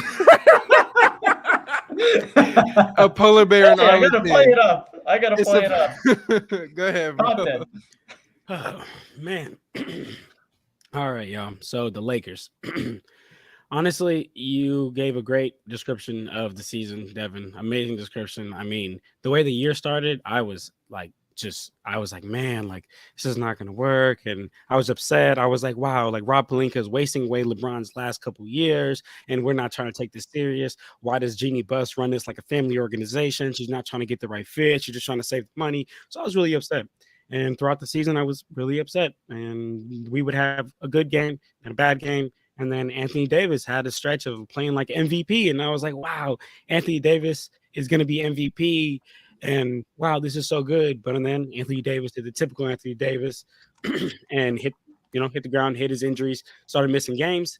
Then the whole trade deadline situation happened. After the trade deadline, I mean, it was two totally different teams. Like you would have thought you was watching a whole different team. And at first I wasn't, 100% sold. I wasn't like, wow, like this really could be the best team in the league. But and then after they had got some games rolling after that trade deadline, and they ended up finishing the season with the best record in the league after that trade deadline, I was very hyped. I was like, wow, like they actually have the pieces. I did worry about the Denver Nuggets, although as a Lakers fan, or I guess just like as Lakers being my team, Anthony Davis is, in my opinion, should have been the defensive player of the year, is our best defender. So I felt at least somewhat comfortable having our best defender, guarding the best player in the league. So, I had to have some hope. But we got swept, and that is extremely disappointing. Extremely disappointing. I think it's absolutely unacceptable. I said this the other day. I forgot who I was talking to, honestly. But I think that, like, if you look at just team-wise, I think the Lakers were a much better team than the Miami Heat, except the Miami Heat were able to get a win on the Denver Nuggets while the Lakers got swept. And I think that became solely to coaching. Like Eric Spoelstra is just far and away a better coach than Darvin Ham, and he made that game. He made it a chess match, and Darvin Ham just could not do that.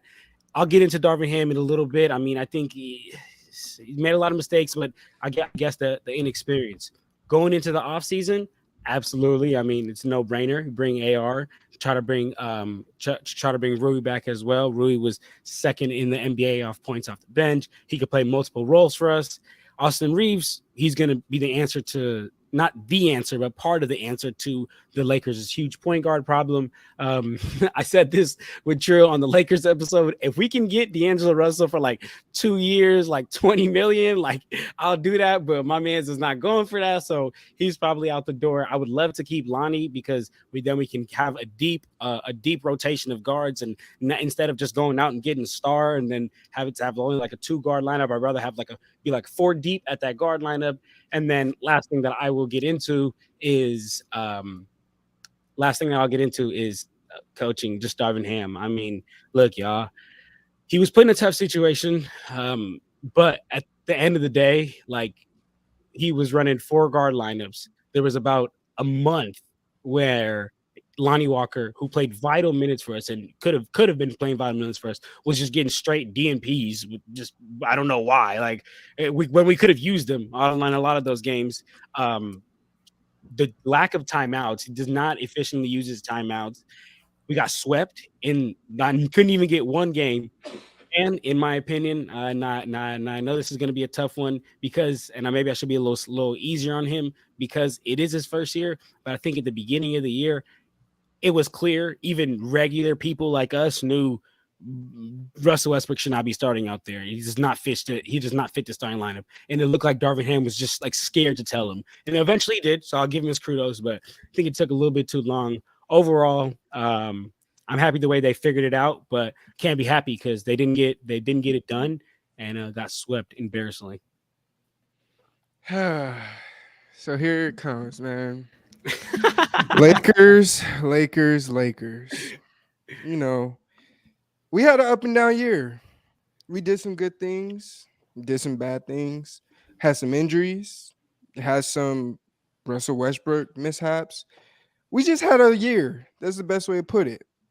And I don't really want to talk about the first half of the year because really and truly after the trade deadline, that first half of the year really didn't matter because we were the best team going forward from that point on. But what I do want to talk about, D'Lo, you're out of there, buddy. You're done. You're cooked. You showed me everything I needed to know. Playoff basketball is not you. Hey, Lakers, re-sign Rui Hachimura and Austin Reeves. I don't care what it takes. You need to do that. Lonnie Walker, bring him back. With Jared Vanderbilt, I love Vando. He played great. He did some things for us. If we could get him on the 2-year, $20 deal, cool. D'Lo, you're cooked. So really and truly, when it comes to this team, we're always going to be there. We're one of them. It's the best franchise in the league. Who wouldn't want to be a Laker fan? And if you don't want to be a Laker fan, you're a hater. But with that being said, we're going to figure out who is going to be our point guard of the future. It might be Jalen Hood. I like what I see out of him. It might just be AR. But regardless, I'm going to tell you this now. The Lakers will be back. We're going to strengthen this roster. I have faith in Jeannie. I have faith in her, not so much our GM. And I don't even name him by name. That's how much I don't have faith in him. He's a bum. I don't trust him. I don't care what he did at the trade deadline. It wasn't him. It was the other ones. It was everybody else that was just being dumb. It was Utah and it was Washington. Who takes Kendrick Nunn? I don't know. They knew they were going to rebuild. They had to. We should have knew they were going to rebuild. When you take Kendrick Nunn for Rui Hachimura, did y'all see what Rui did in the first round? Did y'all see what he did? Yes. Okay. So who the hell makes that trade? That's not our GM. And I don't care what you say. After we see them trade Bradley Beal for a pack of chips and a bunch of trades, or I said trades, a bunch of picks, they were rebuilding and we just got lucky. So with that being said, if the Lakers don't figure it out, what we need to do, figure out AD's situation. He's eligible for 3 years, 167. I'm gonna be honest. I don't know how I feel about giving him that because he can't stay on the goddamn court. I'm tired of defending street clothes Anthony Davis. I'm sick of it. I'm tired of telling people that Kawhi and PG haven't played the same amount of games. I'm tired of it. I'm tired of it. You hit your foot on a person's calf and you got hurt. You were out 15 plus games when you hit your foot on a calf. What are we doing? So really and truly, Lakers, figure it out.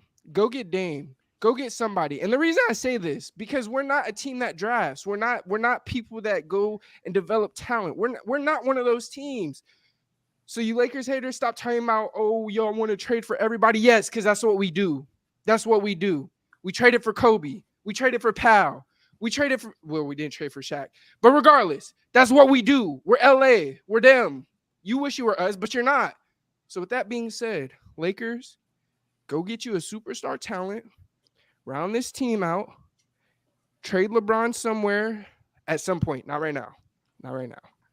At some point, whenever he's ready to go and his son is coming into the league, you better ask for the whole entire franchise when you trade that man.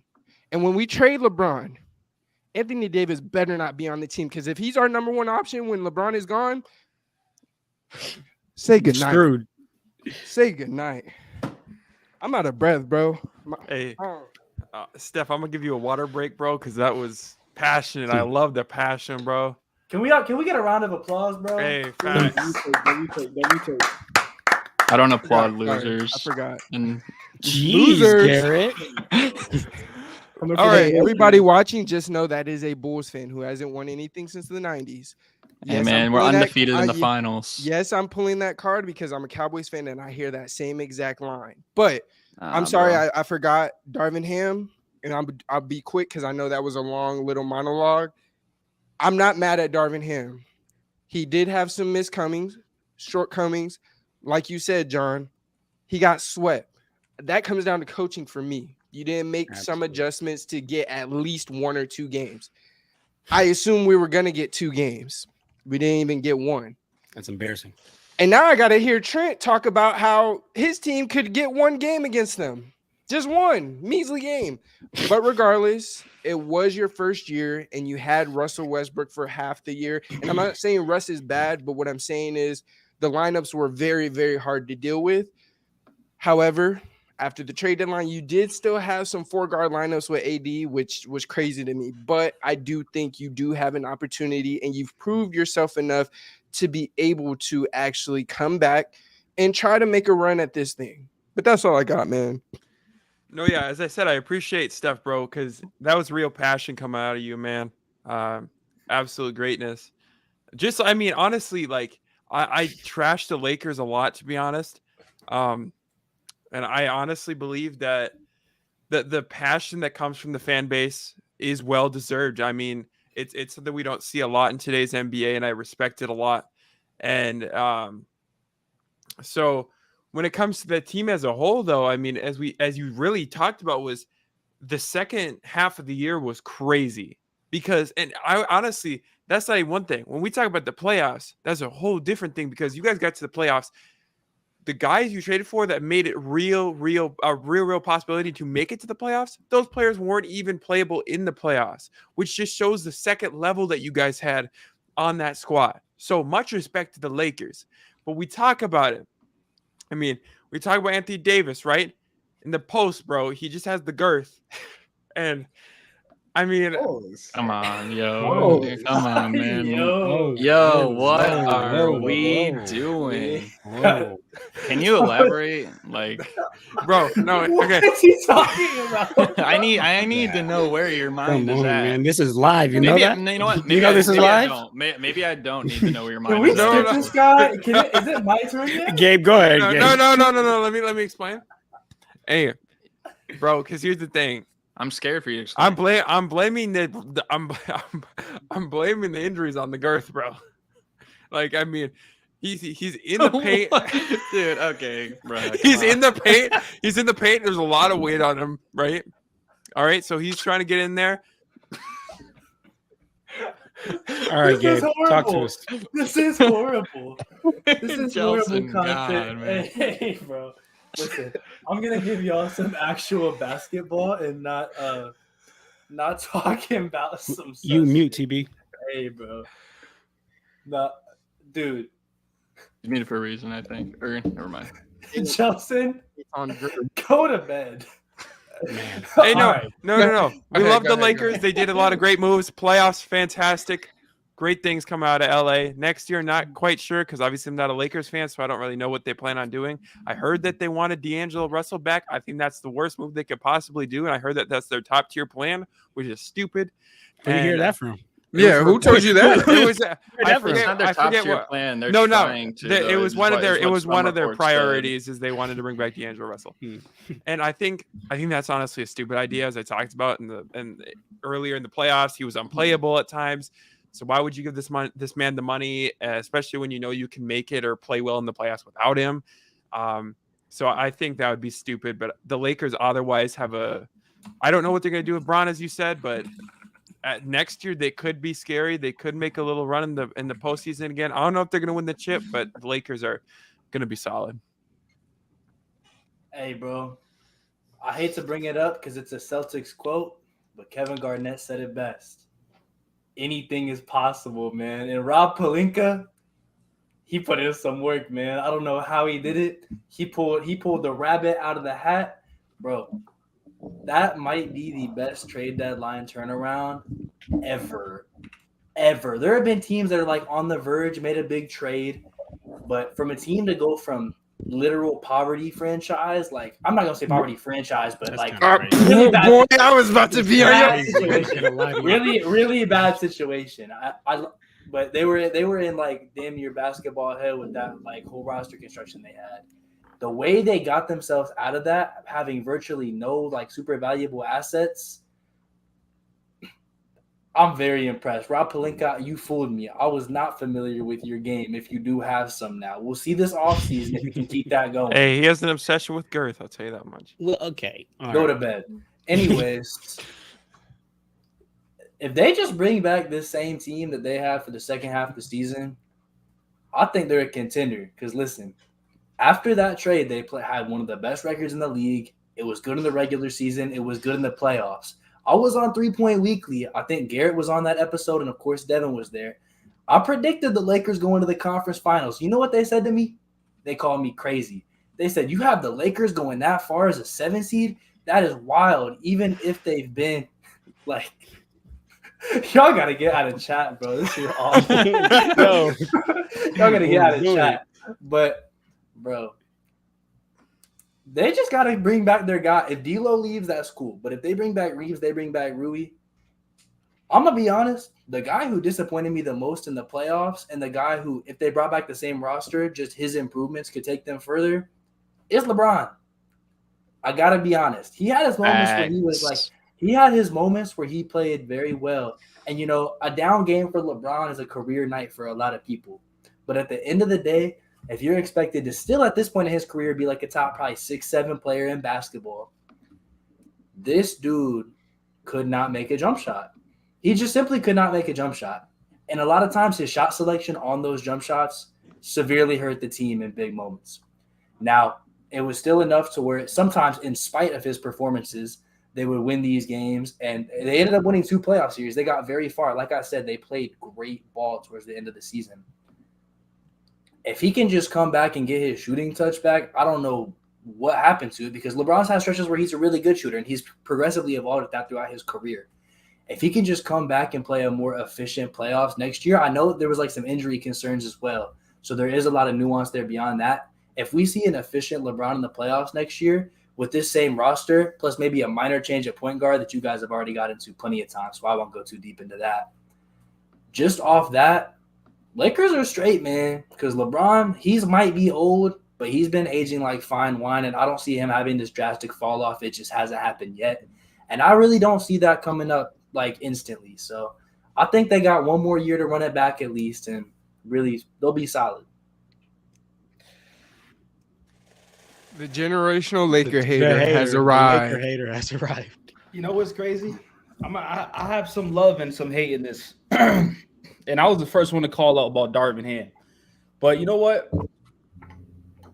I want to give him credit in some sense. The reason why I say that is because he, as a first-year coach, and I'm just thinking about this now because back then I think he was horrible. But just looking outside perspective right now, right?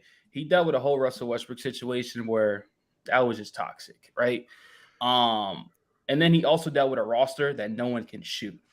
Criticize Russell Westbrook all you want, cool, don't really care. But the roster constructed around it, that's not his fault. That goes up to the up front and the GMs and stuff like that. Where I want to call them out because how did they win a championship? By having AD at the 4 and having a legitimate center with him. They have yet to have a legitimate center with AD back in the starting lineup. They literally took out all their 3-and-D players like a KCP, like a Danny Green. I know Danny Green's not even a basketball player like no more. He can't. He don't get much burn. But their roster was really, really good constructed, and that's how they won a championship. And they said, you know what? Let's blow this up and let's trade for Russell Westbrook.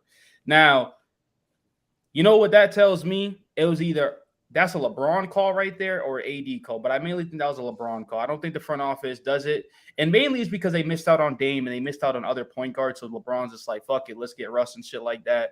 But I still, to this day, believe that was a LeBron call no matter what. They come to him about any trade if it's going to happen, especially if it's big. So that was a failure. So Darvin just dealt with a lot. Next, the second half of the season, he's dealing with how to properly work a rotation. You got new guys that you don't even know. You don't even know their last. Well, I'm just, you don't know a lot of stuff about these guys. You get what I'm trying to say? So I got to give him props for that. He won he won a first-round series, and then he won a second-round series. I get it. He didn't win no games against Denver, which you should be winning at least one game when you have LeBron and AD. But that's for something else. Now I'm getting on John's ass. That's me being cool.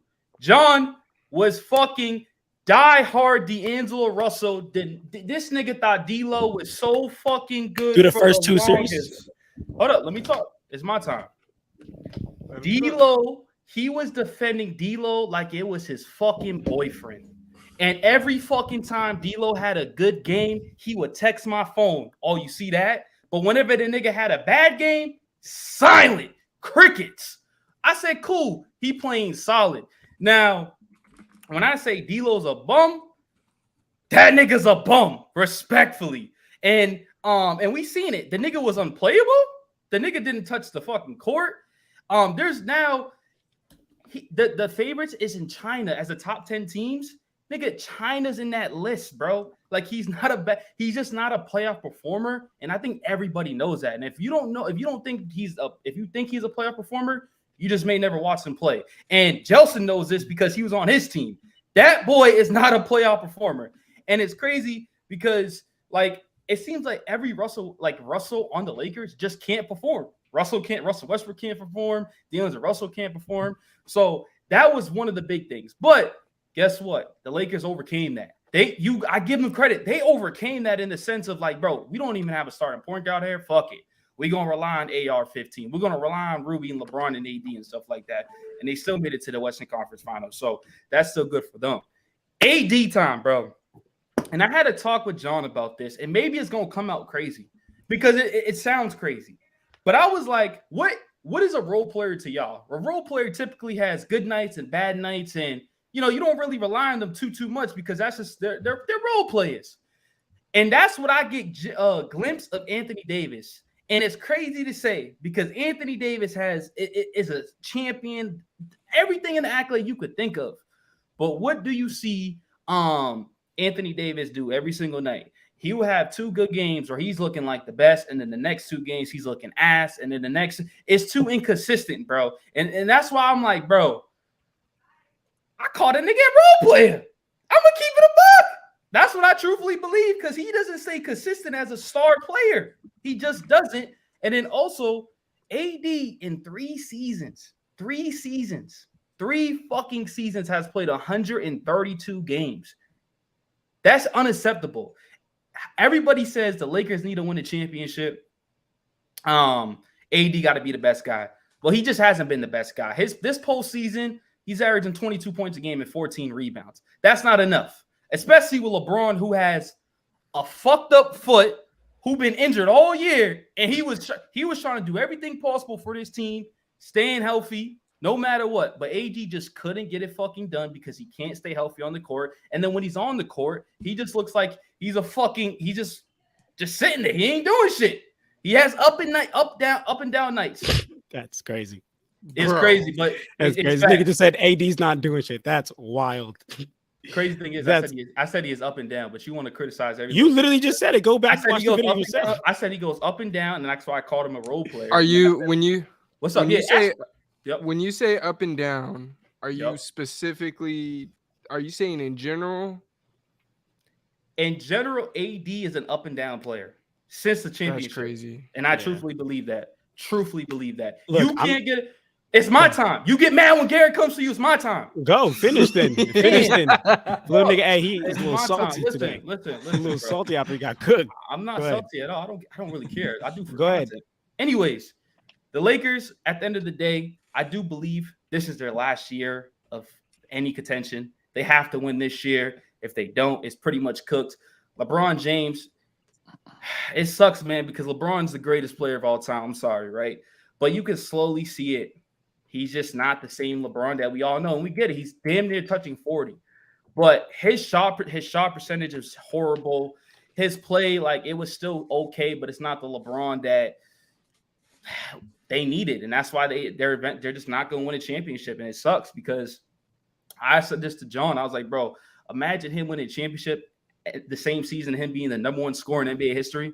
Bro, that would have been fucking bonkers, bro. That would have been history. Like, that shit would have been crazy, you know? But Lakers, I'll go to Austin Reeves and Rue, I'll let y'all talk. Austin Reeves, that boy a bucket. He deserves everything possible. He deserves all the money his way.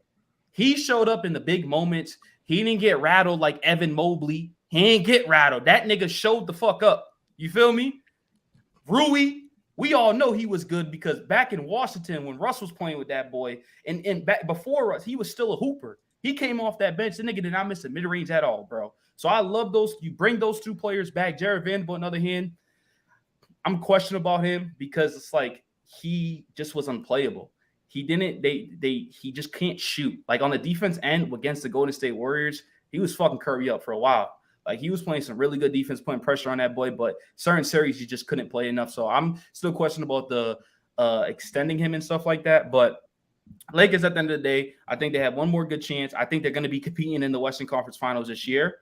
And it'll be interesting to see what moves they make because they do got the full mid-level exception on this year. And I hear reports that they might go for Bruce Brown and give him the $12.4 million one. So it'll be interesting to see. But at the end of the day, overall, I think the Lakers are in good hands just for this season. After that, I'm not sure. Yeah, I mean, a team that is – I just want to say something real quick, Gary.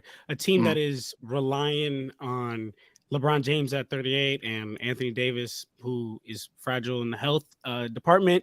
You never really know the future, but absolutely for this next year, I'm in agreement. We 100% have a title, have a chance to be a title contenders.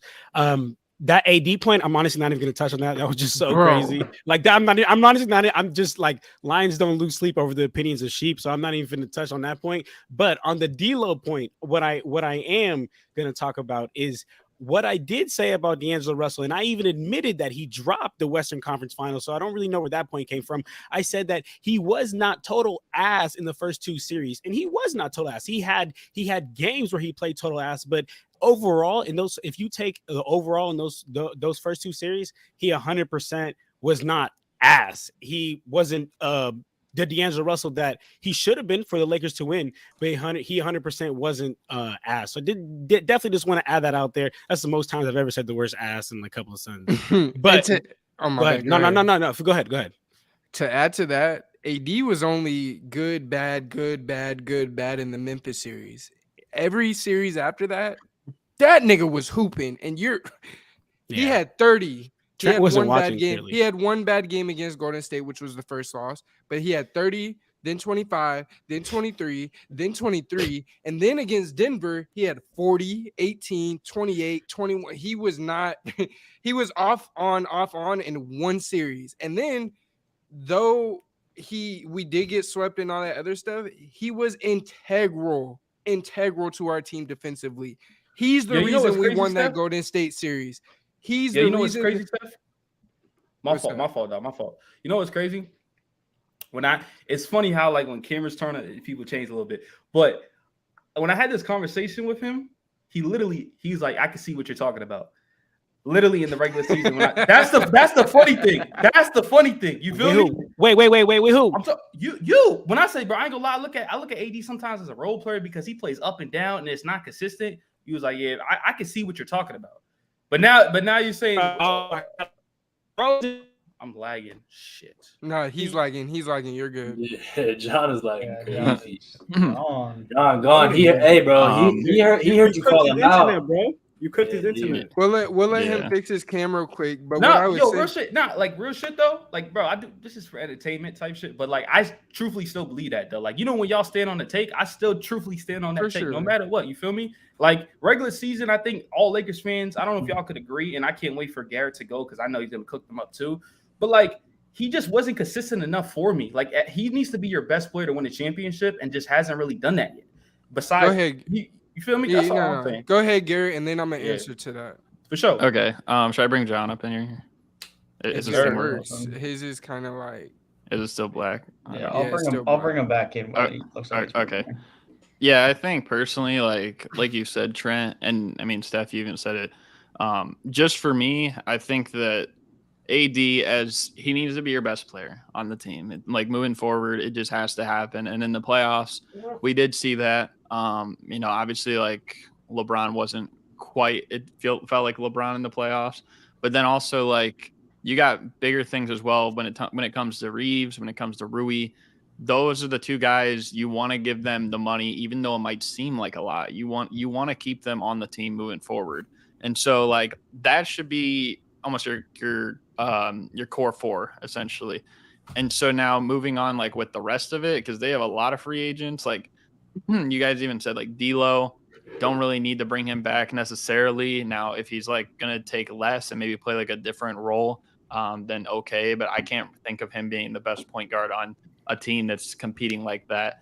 And a lot of these other guys, like I think Malik Beasley is gone. I think Dennis Schroeder could come back potentially, but like for the most part, it's LeBron, AD, Rui, Reeves, and Vanderbilt, who's extension eligible. I just think like when it comes to this Lakers team, though, like they did exceed expectations, definitely seeding wise and everything in the playoffs. Hey, Garrett, I'm sorry. Hey, I came. My Wi-Fi broke at the wrong time.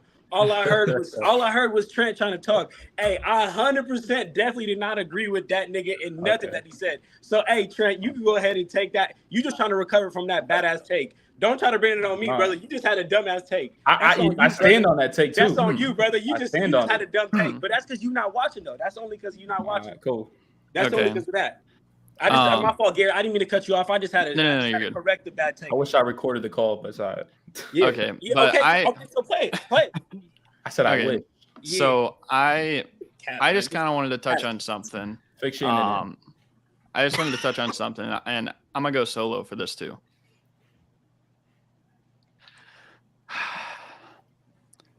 The Lakers. Okay, if you think about it, they need to trade LeBron. They do. And now they can, I believe, because he signed his extension in like August, right? Mm-hmm. And he couldn't until after the February trade deadline. Mm-hmm. The best move for the Lakers. Speak up. Sorry. You good? The best move, hold on a second. Yeah, the best move for the Lakers moving forward is to trade LeBron. And I'm saying that because we saw him in the playoffs this year. He's clearly regressing. You guys can attribute that partially to a foot injury. Maybe that's true. But how many injuries does LeBron have since coming to LA that he never had in Cleveland, that he never had in Miami? And so when I'm looking at it, I have the roster pulled up here from last year. Okay. So just the roster last year. Here we go. LeBron, Carmelo Anthony, Trevor Ariza. I'm talking 21-22, by the way. Mm-hmm. LeBron, Carmelo Anthony, Trevor Ariza, Dwight Howard, Rajon Rondo, Wayne Ellington, DJ Augustine, Darren Collison, Russell Westbrook, DeAndre Jordan, Isaiah Thomas, Kent Bazemore, and Avery Bradley. That's the list of players last season that were 30 years old or older. And when you look at this Lakers team currently constructed based on the last game they played, the only guys that fit that criteria for the season are LeBron and Tristan Thompson. They completely shifted the whole team, and everyone knows the only reason Tristan Thompson's on the team is because of LeBron in the first place. Otherwise, he'd be with, I don't know, like with another rich Chloe. TNT. Yeah, he'd be with another Kardashian or maybe, I don't even know, like maybe with someone else. But the point is, like, the only reason he's on the team is because of LeBron, and LeBron is the only other guy. They got to move on from LeBron, and I was doing the calculations while you guys were talking. They would be, I believe, I might be wrong, but I just did the calculations real quick. They'd be one of the 5 youngest teams in the NBA too with that. And that's with having Anthony Davis and whatever you trade LeBron for, because I'm going to tell you this, there are teams that definitely want to have LeBron on their team. Even though I hate LeBron like all the time, I'll say it once and I'll say it forever. He's not the GOAT, okay? But the point of the matter is there are a lot of people that want him on their team even at this age. So if you trade him now before he leaves in free agency, because that's the one thing about LeBron, he's never requested a trade or anything like that, but you know what he has done? He's left in free agency. Not once, not twice, 3 times. So if you can trade LeBron right now, find a way, get it done, do it. And if you, because let's be real, and I know Steph's going to disagree, I know John's going to disagree. The Lakers will not win another championship with LeBron James. It will just not happen. It is over. It is finished, and they are done. Facts. And you can take me off full screen now. I just had to get that out. All right. So the shout out to the Lakers, man. I'm not gonna lie. I thought y'all would cook this season, and I'll give Rob Pelinka his credit, because after destroying y'all team and absolutely wasting a year of LeBron's, prime, or what's left of it, actually, he saved y'all. He saved y'all. And y'all, after the trade deadline, y'all went on a hell of a run and proved that you guys belong in the playoffs and played some really nice winning basketball. Now, I know you, Steph and Clutch, said that they do not want to bring back D'Angelo Russell. I'm not the highest on D'Lo, but I don't think he's that bad either. And I know when it comes to the Lakers, everything is about the playoffs. Everything is about winning championships. And D'Angelo Russell tends to sink in the playoffs. So I get that. But if you could bring back D'Lo on a reasonable contract, you should definitely do so. Definitely bring back Rui. Definitely bring back AR. When it comes to Jared Vanderbilt, I would bring him back as well. I know sometimes he can be offensive liability, but he has proved that he can shoot that corner 3. Now, next season is going to be probably the last relevant year for the Lakers, bro. That's the last year LeBron's under contract. And do you guys really want to have Anthony Davis as your focal piece going forward? I don't know. If I'm the GM, if I'm Rob Pelinka, I may move on from Anthony Davis, depending on what LeBron wants to do, of course. But like Garrett said, y'all are not winning another championship with LeBron James on this team. So next offseason is going to be really, really critical for them. But when it comes to this offseason, the only thing I would say is on the check board for the Lakers is to re-sign Rui and Austin Reeves and find yourself a legit point guard that you can rely on in the playoffs. Is Dennis Schroeder that guy? Probably not. All right. Timestamp this. I gotta know. I have to know. Super Mario Hoops 24, Mr. Garrett. Yep. I need you to tell me, and I'm not disagreeing with the take. It's not even like roasting the take. I just need you to tell me, what is a trade package for LeBron James? What does that look like? I understand it. It might not be ideal, but what I will say is, personally for me, I know I'm gonna say this. We got some LeBrons in this. I was gonna say the other thing, but we got some LeBron fans in here that are gonna disagree. But if you ask me, like, I think the best we can give LeBron at this point is a top 10 player in the NBA, and that might be friendly.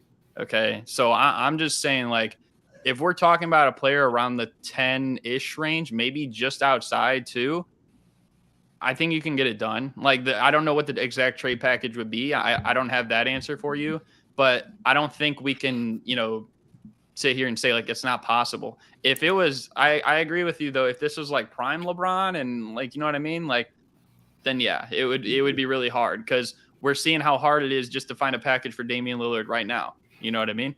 But if you ask me, I don't know if LeBron's as good as Damian Lillard is right now. And you guys might disagree, but I don't think so. So it's just I think being it's a 38-year-old max player. That's more the thing is you have a 38-year-old max player with as much. There might be some desperate teams though. There will be desperate teams, especially from a publicity standpoint. If it's like, hey, we got LeBron. I'm not saying so.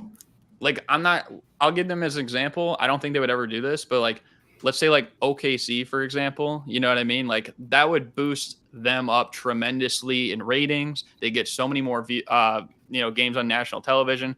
I don't think they would do it. I'm saying I'm not on the record saying they should do that or that they would do that.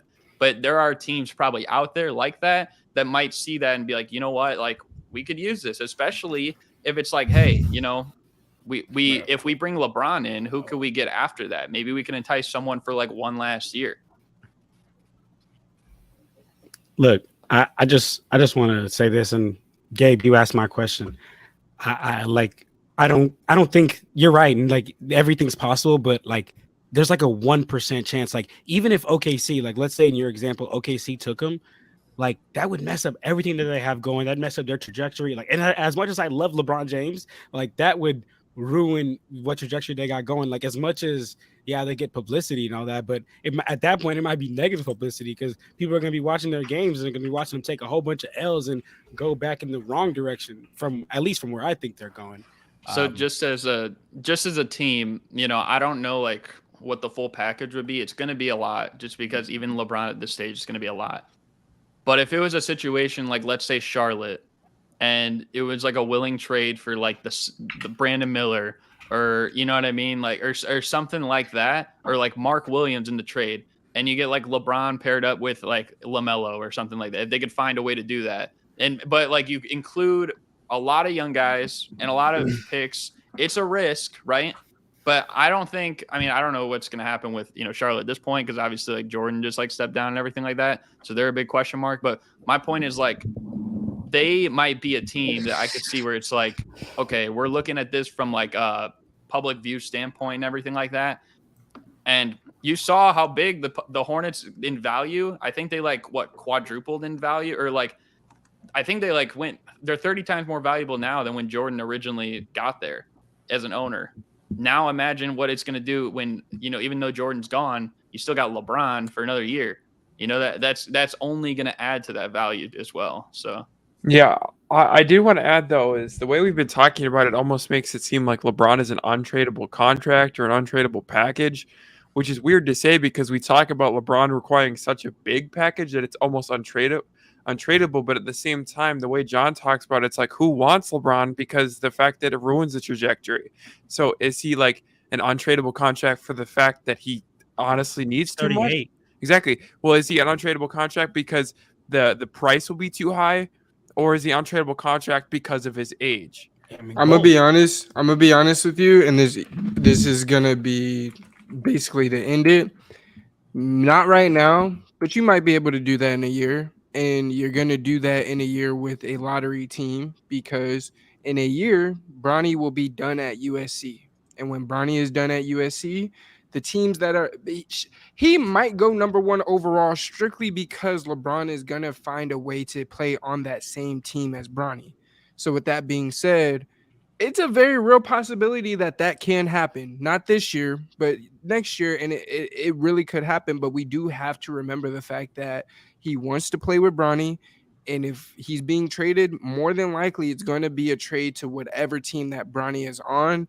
And again, whatever team that is, it's going to take a haul to get him, no matter what, strictly because of who he is, the draw he brings, and the revenue he brings to your franchise. Let me just ask you just one thing, because if that is the case and that's the route, like I guess LeBron wants to go, from a Lakers standpoint, I'm not talking about from LeBron's standpoint because we know his intentions.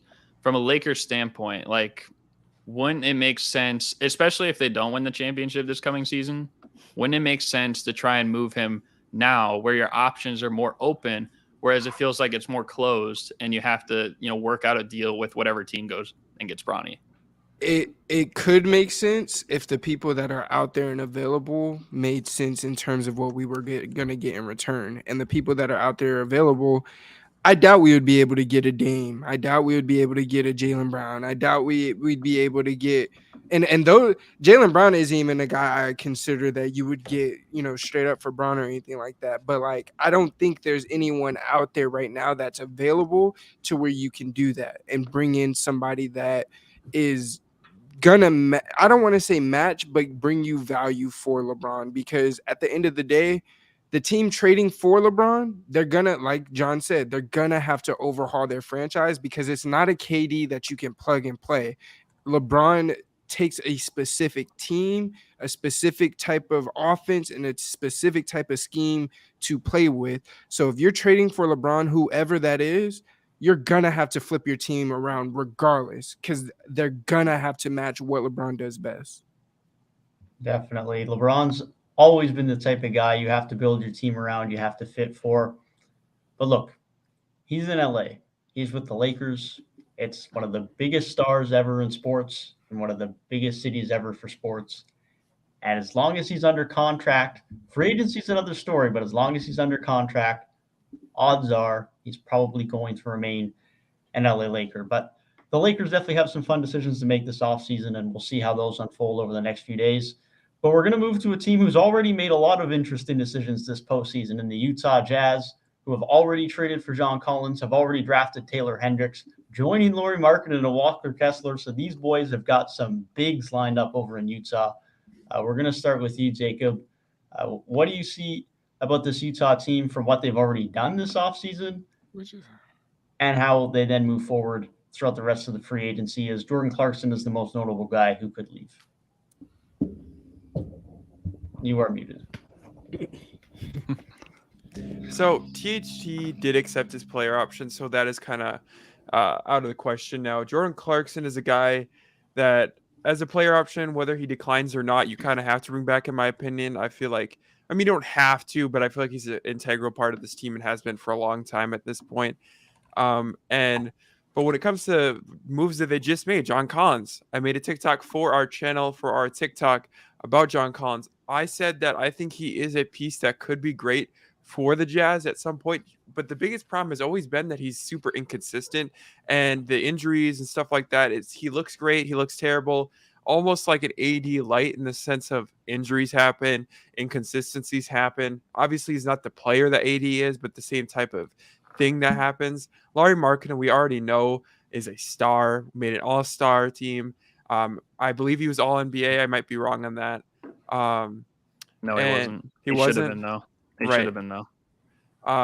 Lauri Markkanen was absolutely great for this team. I think the Jazz honestly have a very solid foundation. And the question mark was, why are you taking John Collins' money when you could add some other pieces? But as we talked about in different streams and different videos, the free agency market is just not there this year. So it's like you take a chance on a guy like John Collins, and you're not, spending necessarily a lot of actual capital to get him with only Rudy Gay and a second-round pick. So John Collins, Lauri Markkanen, solid foundation there if John Collins can continue to be good. And that's the problem, is last year he couldn't. Last year he wasn't good. So if he does go back to even averaging 17 a game and just is consistent, at least to a smaller or to a bigger degree than he was last year, I think this Jazz team could be sneaky good, just like they were last year, but even to a bigger extent.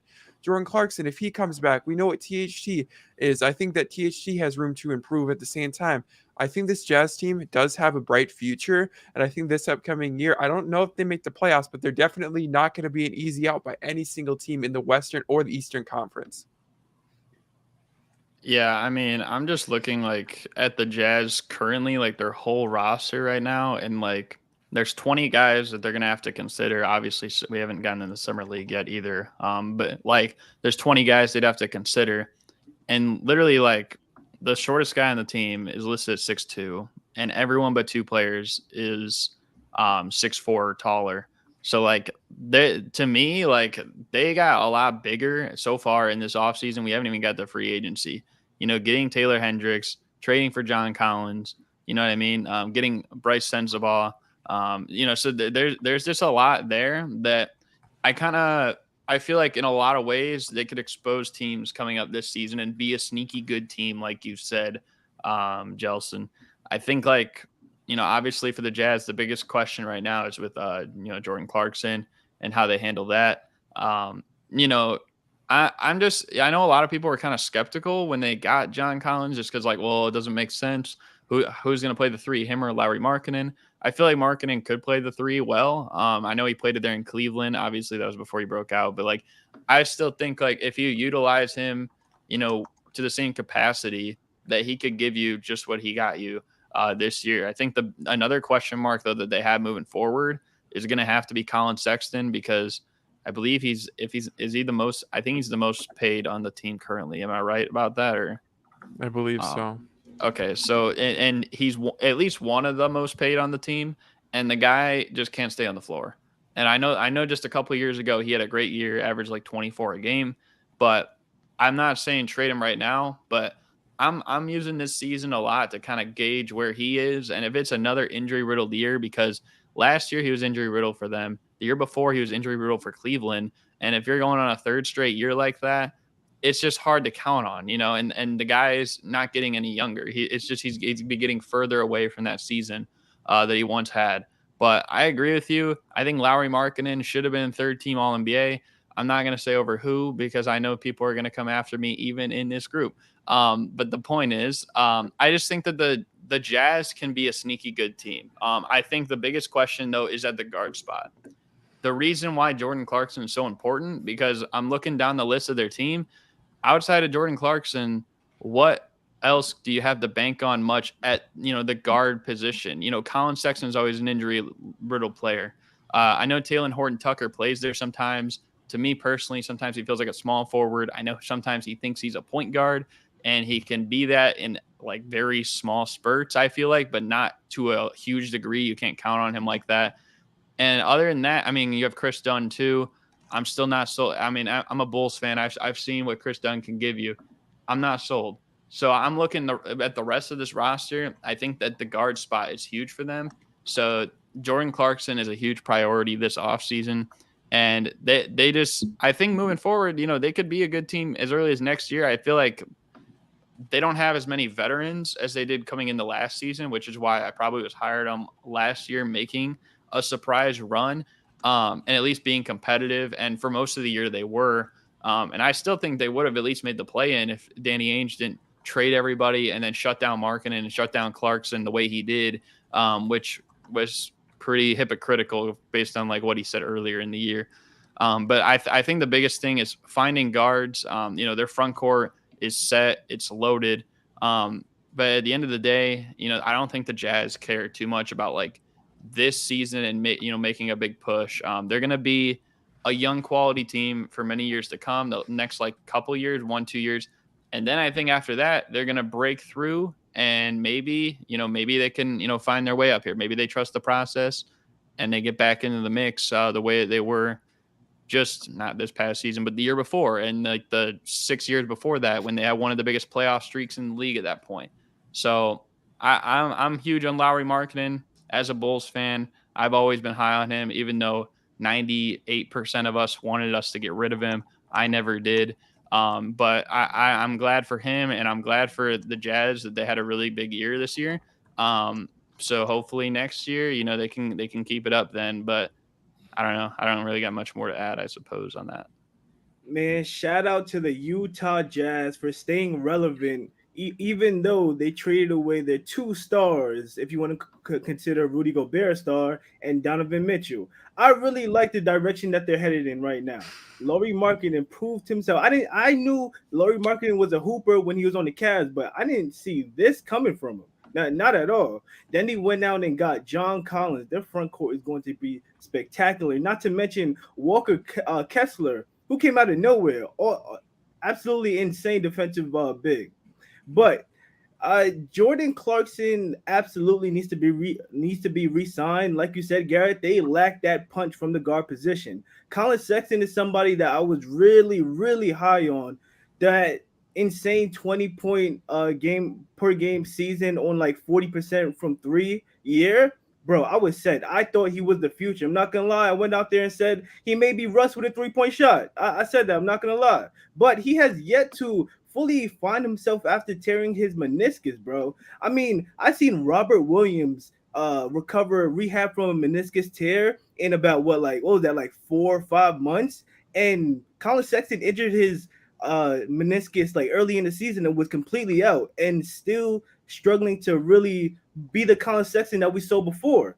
But when it comes to that, absolutely re-sign Jordan Clarkson. THT toward the end of the season really looked really good. I mean, I really like THT. If he can continue to play like that for a full year, he's going to be also valuable to the Utah Jazz. And I really hope Taylor Hendricks and Keontae George don't get lost in this Utah Jazz rotation.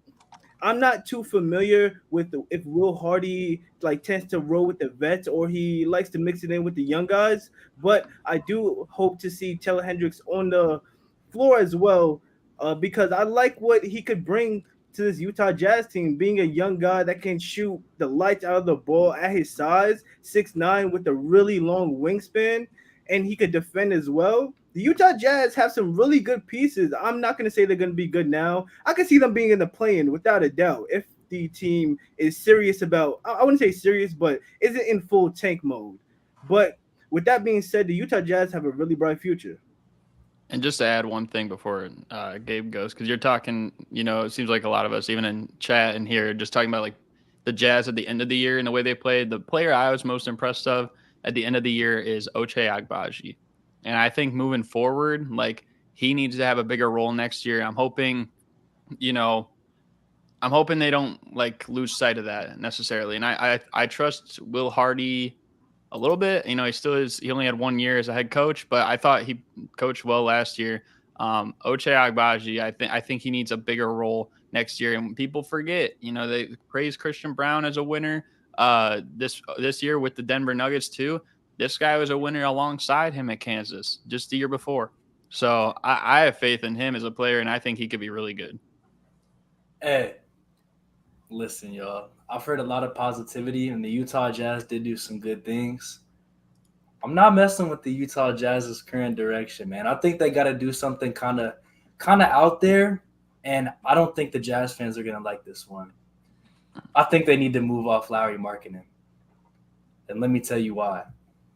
So, they just drafted Taylor Hendricks, right? Front court player. I think he has really high upside. I think he can be really good. They just traded for John Collins, and they got Walker Kessler, who looks like a really good commodity at center. Lauri Markkanen's value is going to be so high right now. I think you could get a very good return for him in terms of pick equity or in terms of just assets. I think you could get a lot for him. You let John Collins play a lot this year. You let him get some numbers, get his value up, and then you move off him because you got him for basically nothing. I bet you could up his value that way. The Jazz, with Lauri Markkanen as their best player, are never going to be good enough to compete, but they're never going to be bad enough to get a top pick. They might be a fun team to watch. They might do some cool things, and they might even make a play-in or playoff push at some point. But the way this roster is constructed with this direction, they are never going to come close to an NBA title. I will stand on that. They are never going to come close to an NBA title in the Lauri Markkanen era. So what would I say? I'd say before you risk anything, move off him. What if it's a fluke year? I'm not going to say it's a fluke year, but what if he comes down a little bit? We've seen players do it before. His value right now is at an all-time high. I think moving off of him would be a very solid option for them to just go into complete rebuild, be bad, and even add on to their stacked asset pool they have from getting off of Gobert and Mitchell last offseason. I'm gonna just tell you right now, it's not a fluke year by Lauri Markkanen, and I don't think so. And I think that's why teams would really want to trade for him. I just don't see why you'd trade for him right now. I still think he'll be good next year. I think he'll be good the next year. and at least for a couple more years. I don't think he's going to be like a one and done, or it's like all like he's peaked or anything like that. But I That's mean, you my never only know, thing. bro. A player could get injured in the first game of the season and never be the same. And you also got John Collins on the roster. I said you can up his value by giving him those minutes and that opportunity. There's just but that could happen to I think anybody. Lowry will be good, but I'm saying now that he is so good and his value is going to be so high, him on this roster is not going to go towards a title, but you're also not going to be able to get a number 1 pick. Well, yeah, I just don't think you have to trade him right now or this I don't think you have to, but it's like if you don't, then your team's probably going to be too good throughout the first half of next year. So where you're not going to be in contention for like a number 1 pick. And if Utah wants to become relevant again in the next 5 years, they need to be getting a star in the top of the draft because no top free agent's going to sign there. I agree. And if you're not at the top, you want to be at the bottom because if you're just in the middle, especially as a small market team, you're going nowhere. I agree. Lauri Markkanen. I like Lauri Markkanen a lot, but at the same time, as Gabe said, if you're not at the top, you got to be at the bottom because as a small market team, there's no chance you're going to get a top tier talent unless you draft him or you stumble into him. And I don't view Lauri Markkanen as that top tier talent that's going to bring you to a championship at any point. Keep in mind, though, the draft lottery is way different than it was in past years. You can be the 3rd worst record and have the best odds at number 1. Yeah. And honestly, like there are a lot of teams that have leapfrogged. The first year they did it, like where were the Pelicans ranked 7th, 8th? Like they were the 7th or 8th worst team in the basketball. I think that's roughly around where the Jazz were this year. And most of the year they looked really good. You know what I mean? So it's like definitely, and I don't even expect them to be that good next year. I think next year they'll probably be like the maybe 14 seed in the West or a bottom 4 or 5 team. That's even better odds. You know, the draft lottery, like nobody knows how the ping pong balls are going to roll. You know what I mean? Unless they're frozen. Like Patrick Ewing's draft. But all I'm saying is that you that's kind of, and like the injury thing, like, yeah, it could happen. I just feel like that could be said about anybody. And like, this is kind of the same thing I even said too about like, you know, Domantas Sabonis the other day. I know like the Kings made the playoffs and everything like that, but I'm not going to get too far deep into that. But I feel like from a winning perspective with both these guys as a key player to that role, you're probably going to have the same resulting outcome. And that is not a top tier championship level team. I get they have De'Aaron Fox, but I don't really even want to make this too much about the Kings, but that's kind of like where I'm coming from. The Utah Jazz, they're in a weird position for me. I believe they have like 13 first-round picks around there, or a little bit more. I will say this: Danny Ainge was the main reason. Danny Ainge knows how to get his star guys, right? Look at Jason Tatum, look at Jaylen Brown. They won a championship in 2008. I believe Ainge was over there too. So he knows what he's doing is building a team, and I'm real confident in this dude. You literally traded your 2 best players in Donovan Mitchell and Rudy Gobert. And typically when you do that type of stuff, you're literally the bottom of the bottom teams. This team still could have easily made the play-in just because everybody was just playing their superior basketball for this team, right? And like Garrett said, in the sense, like they could have easily been a playing team. But going on to this, personally, I think having all these young rookies and young second players is good competition. Like you said, I can't pronounce his name, Ochai Agbaji. With all these draft picks that they recently just drafted, like it sucks. Like that's just how like the young core is. If you look at the Magic, they're fighting over there for point guard positions. Like over here, they're going to be fighting for more playing time to get in the rotation, and I think that's good. I don't think it's bad for the player that doesn't get into the rotation, doesn't play too much, but I think at the end of the day, it just makes the team a little bit more competitive in the sense. But where do they go? That's my thing. Like you have all these draft picks, you have a star player in Lauri Markkanen, you just traded for John Collins, and then you have Walker Kessler as your center position. Like, is this a playoff team? Is this a not a playoff team? And then it's just, I feel like you're in the middle, like everybody been saying in this show right now. So I wouldn't trade Lauri Markkanen in the sense, but it's weird that they trade for John Collins. So that tells me that they're trying to win this season, right? You don't make that type of move. And even though I know it's kind of free, like you gave up Rudy Gay because it was just a salary dump, but that still tells me like, okay, you traded for a borderline all-star player a few years ago. to this roster with a team that already played really good last year. So it'll be interesting to see what they do this upcoming season. I personally would bring back Jordan Clarkson and going to Colin Sexton. Colin Sexton needs to just stop doing TikTok videos and just like get on the court and just focus and play some basketball. Because every time I'm on TikTok, this boy is just dancing, this and that, da-da-da. And if you see this video, Sexton, man, comment. I want to have an interview with you, big dog. But I think either way, this team's in just a weird position at the end of the day. And I will say this.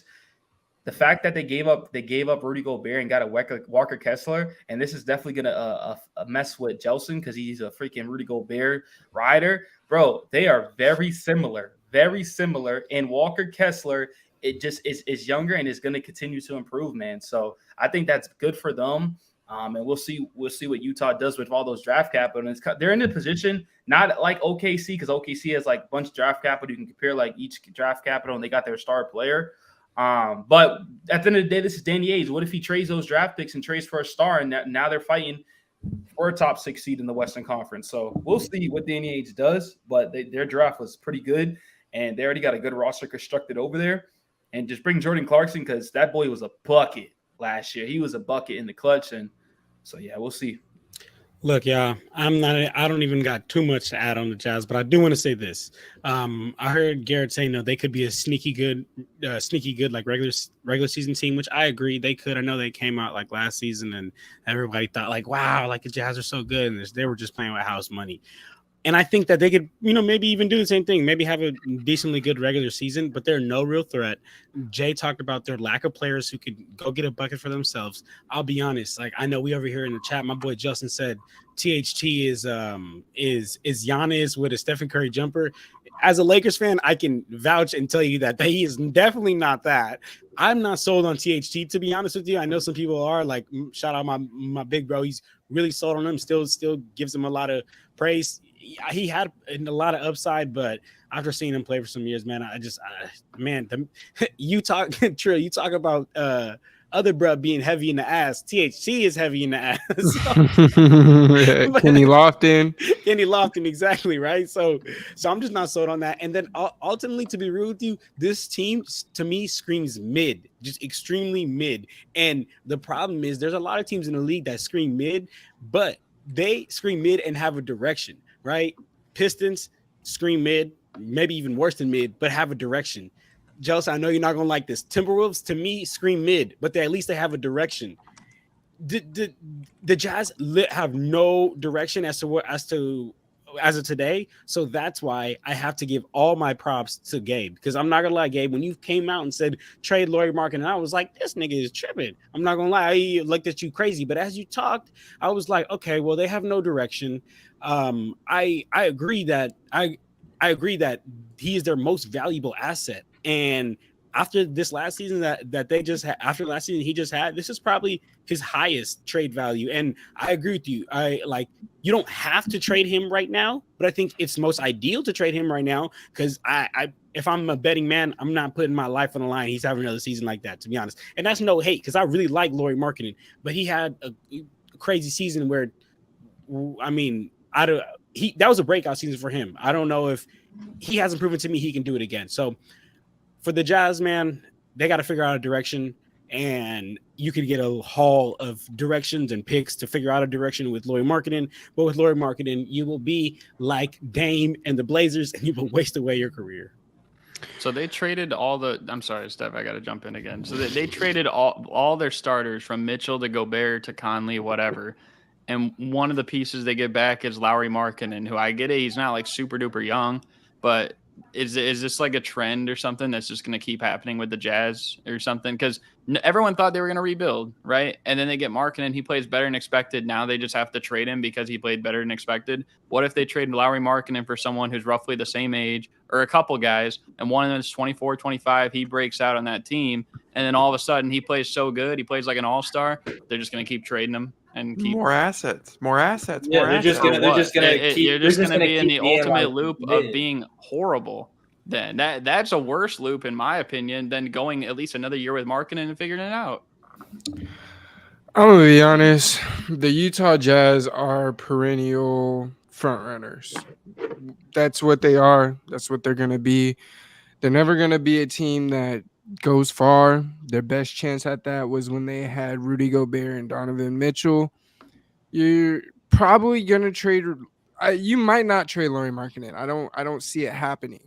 But with regard to the trajectory that this team is going and some of these younger pieces that they got, I think it would behoove of the Jazz to trade him. Not because he's bad, not because of any of that, but because, like John said, they need a sense of direction, and they haven't had that. They started out the year as one of the best teams in the West.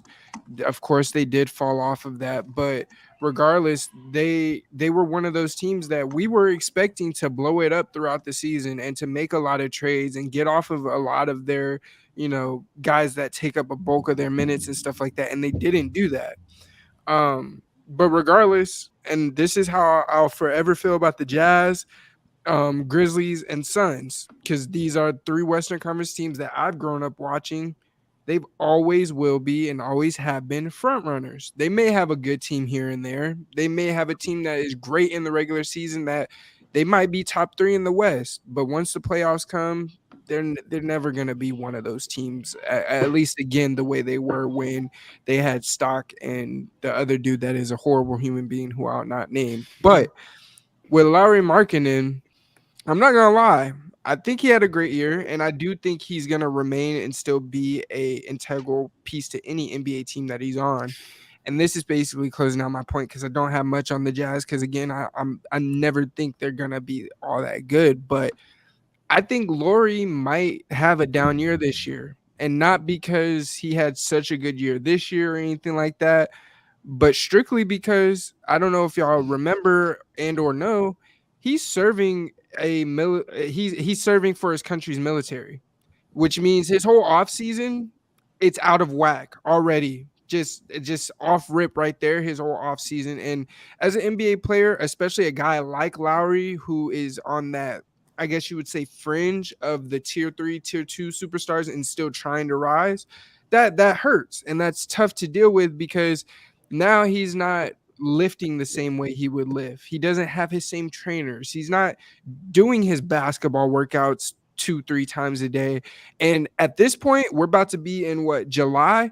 Most players are starting to get ready for the season at this point. He's been serving his military, I don't want to say That's sentence, crazy. but Sentence. well, I mean, that's technically what it is because he got drafted. So he didn't really have a choice in it per se. But I don't really want to say sentence. But regardless, I hear you. He's been serving for his country, and that automatically just throws out your development stage as it is right there. But that's all I got on Utah. They're gonna forever suck, bro. Like we spent a lot of time on this team already as it is. Yeah, nah. So if you feel that way, I'll let you go, Trank. So if you feel that way, like if it's going to hurt Lauri Markkanen this offseason too, wouldn't it make more sense that they're going to have a fall off this year and get one of the highest picks in the draft if that's their core player? It would make more sense, but I said Lauri. I still think Lauri's a pretty good player, so I still think he'll be able to help them win enough games to where they're not one of the worst teams in the league. Personally, I'll say this. I think the fit is going to be a little bit different for him. I think they're not going to bench John Collins. You have Kessler in the lineup, and then you have Lauri Markkanen at the 3. That may be a little bit different for him in that sense too. So I'm keeping Lauri Markkanen. I'm not trading that boy. He was only 26 years old. But yeah, we can definitely move on to the Pelicans because I have a lot to say about this, and it's not even going to be about the Pelicans. It's going to be a lot about Zion. Let's get it. Yeah, we'll move on to the Pelicans. I just want to quickly mention on the Lauri at the 3 adjustment, I think we're overblowing that adjustment a lot. I think we forget that Kelly Olynyk started alongside Walker Kessler and alongside Lauri Markkanen for the vast majority of last season. So Lauri's going to be fine at the 3. The biggest question will be how the John Collins, Walker Kessler, Taylor Hendricks minutes get played out. But ultimately, they're in a situation where they have a lot of pieces, especially in that front court, and it's a good problem to have. They'll figure out how Hendricks gets minutes. They'll figure out how their other 2 first-round picks get minutes. Where they go from there, that'll kind of determine what their future is over the next 2 to 3 years and how much upside they have. But considering they just traded away their 2 best players to 12 months ago, they're in a pretty good spot. But we will move on to the Pelicans, the last offseason preview of the night and of this segment of the offseason before we move into free agency in a couple of days. I believe Jay said you wanted to start here, so we will get you front and center. A lot of news about the Pelicans lately, a lot of it not basketball related. The problem has always been health. The problem has always been Zion health. And now, of course, some of the fun off-court drama that we'll probably get to at some point. But before we get to that, what are your thoughts, Jay, about the Pelicans another year where they actually looked pretty good when they were healthy? They just, again, couldn't stay healthy. Yeah, it sucks that health is what's really holding back this New Orleans Pelicans team. I mean, when you look at Zion and Brandon Ingram, they really haven't been able to really play together or stay on the court at the same time. B.I. started the year with a foot injury. Zion absolutely carried this Pelicans team. I mean, they were number one in the Western Conference. So that shows how much potential this Pelicans team has when just one star is on the floor. But imagine two, absolutely dominant. Shout out to Zion. I know Zion's dealing with some unfortunate circumstance when it comes to off-court issues, but when he's on the court, I think he's one of the best players in this league. And it's unfortunate that every injury that he suffers is a lower body injury. So that says to me that the weight he's carrying, it's really starting to affect his body. That's one red flag that I really, if I'm the Pelicans front office, I'm really paying attention to that. I'm paying attention to how often Zion is in the gym. I'm paying attention to how hard he's playing in practice. And I'm paying attention to his diet. I'm seeing if he's actually taking the steps that he needs to take care of his body. But besides Zion Williamson, we know he's a superstar. Brandon Ingram shot 39% from three this year. I mean, along with his other offensive tools, his ability to break down the opposing team's defender and straight up shoot over you like he's KD. He's a phenomenal player. When it comes to Josh Richardson, I'm not re-signing him. Me personally, I want to give Dyson Daniels that forward the minutes that Josh Richardson was playing. I want to give Dyson Daniels because when he had the opportunity to play, he was a really good 3-and-D player, but unfortunately he got lost in the rotation. I absolutely love Trey Murphy. Bro, Trey Murphy, the development of Trey Murphy from the beginning of the year to the end was phenomenal. I didn't know he had such a bag on him. I mean, his ability to shoot the ball, he's a little sneaky athleticism thing like that. Bro, he's phenomenal. I like CJ McCollum's addition to this team initially. I like what he brought the first year, but at this point in his career, we know who CJ is. He struggles with health, and when it comes to the playoffs, he's not really someone you can rely on at the end of the day. So I don't know if CJ McCollum is a vet that you really want to be a big part of this Pelicans offense. But when it comes to the Pelicans offense, they just drafted a shooter, a straight up sniper in Jordan Hawkins. Y'all know how I feel about Jordan Hawkins. He's the second coming of Ray Allen. He's an absolute sniper from outside. And I really hope that Willie Green puts Jordan Hawkins in the right position to be effective, because if he's playing alongside Zion Williamson and Brandon Ingram, I'm telling you, that Pelicans team is going to be a top 5 seed as long as this team is healthy. And that is the biggest caveat, as long as they are healthy. Now, I wanted to touch on something real quick because you talked about Zion.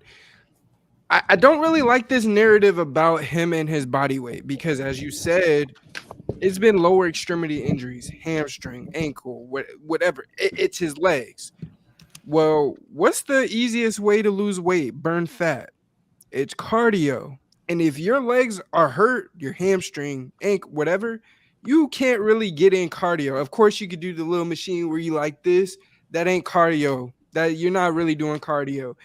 You can't get on the bike. You can't run. You can't. A lot of things you can't do. So when it comes to Zion, I don't really think it's an issue of him not being in the gym, him not watching what he eats and things like that. It's just he has these lower extremity issues that are causing him to not be able to stay on the same track. Because if we watched him right before the year last year, dude looked set, ready to go. None of us really had a question about his weight last year. I vividly remember seeing a picture. I believe he was walking out of media day and he was like this. And a lot of us were like, he toned down a lot. He slimmed down a lot. And a lot of us were like, we're about to see the Zion that we finally been wanting to see. And of course, an injury happened again. But and yes, injuries do, or how you take care of your body do play a part in your injury and your injury concerns. I don't want to say that that isn't an issue in the matter, because it is. However, with Zion, we've seen he's a generational kind of guy. Now I'm gonna be honest, and this might be a hot take, and I don't know how many of you guys I've told this to.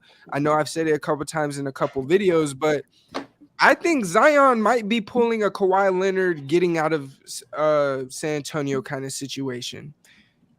They are lower extremity injuries, and they're injuries that you can't really say no to. It's hard to tell. A hamstring, you could go look at an MRI, but at the same time, you can never tell a person their hamstring is okay. The same with the ankle, same with a lot of lower leg injuries. Yes, you can look at it with an MRI cast, whatever, but a lot of the time you can still not feel right. And I think Zion knows and understands that in New Orleans, probably not going to be playing winning basketball, despite how good some of their pieces are around him. As you mentioned, you have guys like Trey Murphy, lights out shooter, crazy athleticism, super lanky. I love his game. Herb Jones, first team all defense, bro. He got robbed this year. He better have it next year. That dude is a dog. And I'm not going to lie, I had him in my top 3 for DPOY because Herb Jones is one of those dudes. If y'all haven't been watching him, watch him. Because I know JELSON likes Jaden McDaniels and stuff like that as one of the best. He says he's the best perimeter defender in the league. I think that Herb Jones has a reasonable argument for that. So that's another guy on this team that is just very good. I think you keep Josh Richardson. He's a guy that in the times that he did play, he showed some pretty good minutes. Now, I understand you drafted Jordan Hawkins, who is more than likely his replacement going forward, but Josh Richardson is a guy that can help you guys win some games. Move off of Jackson Hayes. Jackson Hayes is the latest guy on my list. He is a 2K player. He's not a basketball player. He is not a hooper. He is a dude that is stupid tall, that can jump very high. That's it. Nothing else. And when he got drafted, I already saw it in him. I was like, bro, this dude's lucky he's 6'10 and can jump. Because if that was me, I'm the best player in the league right now. And I don't care what nobody say. But him, do whatever you can, but get him off of your team. But regardless, with the Pelicans, they're a team that, it sucks to say this, but health is a huge concern. But health becomes an even bigger concern when it's your main guys that are primarily hurt, because we see health concerns with other teams, but we mostly see it with some of their rotation guys. We mostly see it with maybe a shooter or, like in the case of Miami, Tyler Hero got hurt. He's not their number one guy, but he's a guy that they look to for buckets here and there and stuff like that. But with the Pelicans, it's Zion, it's CJ, it's got Brandon Ingram, like it's guys that really that might be their big 3. What their idea of what their big 3 would be going into the year, that might have been what the front office had as an idea. All 3 of those guys hurt. Brandon Ingram, I am a Brandon Ingram enjoyer. I feel like he's been very slept on, very underrated. I've seen a lot of people having him as high as like top 30, 35. He might have a conversation for top 25, especially with how he ended the year. Dude is a dog, and he's going to continue being that so long as his health stays intact. And that's even harder for him because, like Zion, he's on the complete opposite of that spectrum. Dude is thin. He's frail as hell. So it's like it's really tough for you going forward because health is one of those caveats that you cannot predict. You cannot say what is or isn't going to happen. And it makes it even harder for a front office because it's like, sure, we have some good pieces. Sure, those 3 guys that I named, if you hear them real quick as a trio, that's not a bad trio. But you cannot guess or foresee what injuries will and won't come up. And that's forever going to be an issue. And I'm the type that errs on the side of safety. And if you want to be safe, I would say figure out how to start to reshape this team and figure out what you're going to do going forward. Man, oh man. I'm happy y'all going against y'all talking basketball, man, because I'm not even here to talk about basketball, man. I'm talking strictly to Zion. That's it. Strictly to Zion. Maybe I'll get to the other points. But that NDAs. Zion is a very interesting person off the court. He's a very interesting person. You know what's crazy? I don't even blame him for the situation with the other girl. I think that other girl, we're not even going to talk about her. She's just psycho in the head. You feel me? But the problem is Zion is setting himself up because he's a celebrity. And so as soon as you post you have a kid on the way with your new girlfriend, any girl that you had sex with, any girl that you did anything with, and they had a type of feeling to you, they going to bash you all over the internet. And what happened as soon as he posted that he's going to be a father, several girls came out like, oh, he was just in my DMs. Oh, he was just in my bed, this and that, you know? And it's cool. It's cool to have your fun. You're young. You got millions of dollars. You do what you want. But personally, like, I feel like this dude, for the person that Zion is, I don't understand why he's paying for it. Like, I'm trying to make this, you know, like not banned or anything, but how is he paying for stuff? You Zion, you got all the money in the world. You know, you could easily be a top 20 player in this league. Why are you paying? Like, that's one thing that I'm like, this nigga that ugly, but they're like, you got to give me the bag because you ain't hitting me because you feel like why? Like, why are you paying, my dog? To be fair though, and I don't want to interrupt you, but really and truly, it just comes down to the fact that Zion just a young buck, bro. That's what because this has been the game in the league. We heard about the Phoenix Suns and they fiasco with Shorty in the hotel room. We know about Blake Griffin and his baby. She posted that picture on her story. We were like, that is Blake. That is nobody. That is Blake. That's Bruce Brown's child, bro. Yeah, that's Bruce Brown actually. So with that being said, I blame Zion completely. That's a young buck. He ain't had these shorties signing NDAs like they should be to keep him silent. And what happened. And Mariah Mills, bro, what are you doing? Yeah, she's a little wild, man. And the fact like she's threatening Tiana Trump me. But anyways, Zion to me, personally, I do believe he just don't care about basketball. He just doesn't care, and it shows. I mean, he came out with a comment pretty much saying, if I feel like Zion, I'll be out there. Bro, this Pelicans team is way too good on paper to be not in the postseason. And in the year that they were in the postseason, they are first round elimination. I think a lot of people had so much hype with this team because after what they did to Phoenix that year, they said, bro, if this team, the depth that they have and the stars that they can they can compete with anybody in this league. And what happened? Pelicans started off the year as the hottest team, the number one seed in the Western Conference. You feel me? Then injuries starting to occur. And to be honest with you, Zion to me is at this point, he played 114 games in 3 years. That is unacceptable. Unacceptable. And as a franchise, you have to make a decision. Yes, when he's on the court, he's a beast, but he's hardly on the court. You got to realize they play 82 games a year. You only played about 114. That's a problem to me. And that's the reason why he's been thrown in trade rumors this year. And don't be surprised if we wake up to a breaking report that he's traded because there's been 3 years in a row now where this dude is just not on the court. And I'm hearing reports that his teammates feel type of way. Like, I get it. When you go into the postseason, you're never 100%. Zion said, if I don't feel like Zion, I'm not going to play. So now, okay, I get it. You're already dealing with injury prone. You're not trying to hurt your body a little bit more. But in a sense, it's like you're being a little selfish because your teammates need you out here and you trying to win and they just can't win. And then also, I don't want to put too much on Zion, but Brandon Ingram doesn't stay healthy at all either. The dude only played 45 games. Those are your two best players. So half the season, they're playing with two of their best players not even on the court. And then CJ McCollum, to me, I'm going to say it right now, that boy is not good. That boy is not a good basketball player, personally to me. I don't think he's that, like, he got to go. He got to go. That he's a waste. I was going to say some wild stuff. Let me not say that.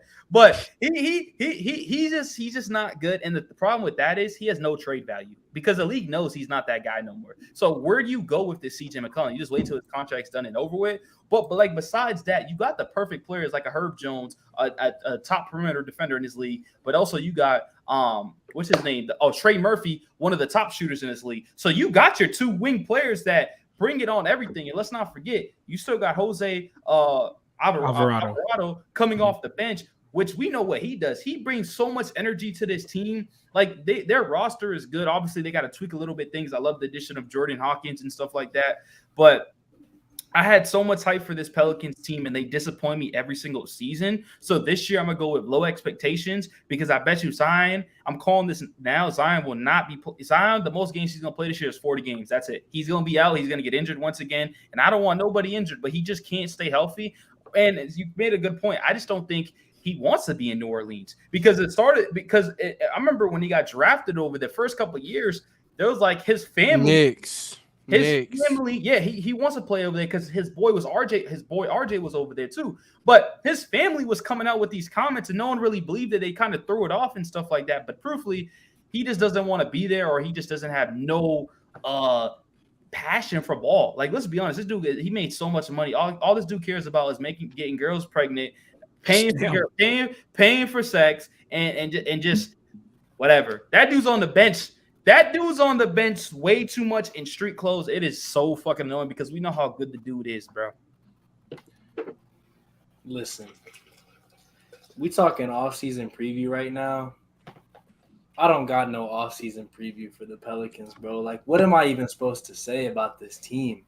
They got a great roster. They made a great draft pick that I think fits in very well to a team that already has most of their roster set, just a guy who can come in and play a direct role because you don't need a guy with like star potential or anything. You need a guy who's going to come in and be good. The only guy who's like team option is really that like big to me is Herb Jones, and I think that's easy. They're going to accept that. There's really not a lot to talk about besides that whole Zion thing. Just health is wealth. Health is wealth, and that's going to be the mantra of this team going forward. If you don't got it, you don't got it. But, like, if they are healthy, this team is very good, and I think this team can be very competitive. So it's really at this point, it's kind of like my Clippers rant from a couple weeks ago, man. It's just like all you can really hope for is luck to be on your side at this point because we've seen time after time that hasn't happened for them. The last thing I do want to address is CJ McCollum is not a bad NBA player. And the other last thing I want to address is if Zion goes to New York, we talking the way that he's been with these girls in New Orleans, bro. He's cooked. He ain't gonna last out here. He's cooked. Jay, he not gonna last out there? Hell no. Hey, yeah, my guy from New York. Let me know how that goes for Zion in New York, bro. I'm just saying. Yeah. I mean, I don't really have a whole lot I will say. I think personally they should try to do their best to bring back Josh Richardson just because I feel like he played well in his role when he was with the team. Now it's not like someone it's like you need to get, but I think he could help them tremendously. I know what you're kind of like saying, trying like with the injuries and stuff like that for sure, especially like with Brandon Ingram. This guy though was really good this year, and I will remind people, I still think, the thing is, like, he was so injured early in the year that he was never considered for it. But if he was, like, healthy throughout the year, I think he very well at least would have been a top 2 contender, but he might have been the clutch player of the year. Like, he was that good in clutch time situations this season. It's just a limited sample size. But I don't know. I think CJ personally, he had kind of like a rough end of the year. I wouldn't say he's a bad NBA player, mainly because most of the start of the year, like, he actually looked really good, especially kind of playing a role he's not usually familiar with, especially playing all those years alongside Dame. So I got to give him credit for that. Last part of the year, not so much. I'm not quite as high on Dyson Daniels as you are, Jay. I feel like a lot of the things that you can point out, honestly, like when you were saying too, like with Anthony Black the other day, I feel like in a lot of ways you can point out similar flaws like that to Dyson Daniels. So but I guess like, to each their own. But honestly, like this whole Pelicans thing, like it starts and finishes with Zion. Like there's always something happening. He's either injured or he's like he's just impregnating out. Women. Yeah, it's something like that. I mean, this dude's been battling weight problems in New Orleans his whole career, and I think the battle is over because the gumbo in New Orleans has won. Like it's just over, man. It seems like every time we think about it, this guy looks great early in the season, and then all of a sudden someone blows that balloon up, and boom, he's the same size every single time. Like I don't. Gabe, are you saying something or muted? My fault, bro. I was just gonna say it's been confirmed that he's getting his cardio in, bro. We know. Yeah, I mean, we know. Bro, trust me. I'm washed, retired. I get more cardio in, I think. So Garrett, let me ask you a question about CJ McCollum, and this is to Gabe too. Yeah, CJ McCollum's a veteran in this league. He was brought to that Pelicans team to get them over the hump, right? So him in the beginning of the season's cool, but the main reason why they brought him in is to perform in the postseason. And this team was struggling to get into postseason, and he wasn't even there for them at that moment with your two best players. So you traded for that guy to get him over here, and he still didn't perform for you. So that tells me a lot. And even in Portland days, in a sense, he was struggling over there in postseason performances too. As a postseason performer, I'm not a big fan of CJ McCollum. And for this year, he struggled once again. I mean, he really played pretty well in a lot of playoff series, I would say, in Portland, especially like 2018 when they got swept. I said some Portland series, though, but then heading to... Well, you can say some for everybody, though, like except maybe like Michael Jordan or something. Like you could say that he played bad in some playoff situations for just about everybody. Like when we were talking about Donovan Mitchell, like, yeah, Donovan Mitchell has bad playoff series, but at the same time, he also has really good playoff series. Okay, so but you're missing my point. They traded for him to be that guy, the veteran guy, to get to the promised land. He has yet to bring that to that team with the two players that they have, Brandon Ingram and Zion. Has he done it yet? Because he wasn't with those two players like most of the year. Okay, hold on. So what was the year they went against the Suns? Was he on that roster that year or no? Zion didn't play in that series. Yeah. That's always going to be a thing, though. Zion's not going to play no matter what. We should expect. So why is that on CJ? Why is that on CJ? He has to step up. Doesn't CJ have to step up? This past year, Brandon Ingram and Zion Williamson combined for 74 games played. CJ played 75. We all know they don't play. That's cool. We give CJ. So I don't get it. I don't get what your point is. In the postseason. He was brought in to be They didn't make the postseason. They were in the play-in. They were in the play-in, and in that whole season, they were trying to fight near the end. You know how the Lakers were trying to. So you're putting all up on him because they lost in the playing game. That's not. I literally witnessed CJ McCollum struggle in the playoffs several times. I want to bring this. I want to bring this up. In the playoffs they did not. Look at Game 7 against Denver in 2019. When you showed up big time. When you have Zion and Brandon Ingram, and then you traded for CJ. Don't have Zion. No, what I'm saying don't have Brandon Ingram most of the year either. But you think the front office is looking at it like that? The front office looking like, I think they are. I don't think bro, y'all not getting the McCollum point. Can't save bro, us. Y'all not getting the point. When they traded for this guy, they thought they were gonna have all their guys healthy and have a big three. Am I ready to that's what I'm trying to say. Is the first thing true? Is the first thing true? That's where it starts. And I told you it all starts with Zion. Even in my talk, I said it all starts with Zion. And you said when they traded for him, they thought they'd have the big three healthy. Well, boom, it's already over because Zion is clearly not healthy, and Ingram misses a decent amount of games every time. At least CJ's out there. They didn't trade. This is why at the end of the season too. Guy. This is why at the end of the season too, CJ McCollum even said like we just need to be out there together. And people thought it was throwing shots at Zion. Maybe it was because at least that guy's out on the floor. You could be out there on the floor, but if you like CJ, he cool. Call his guys. He's a veteran. He's been there in the league the longest out of all those people, including with Zion and shit like that. You can call those people out, but at the end of the day, you got to put your own. You got to do your own shit too. And I just haven't seen it.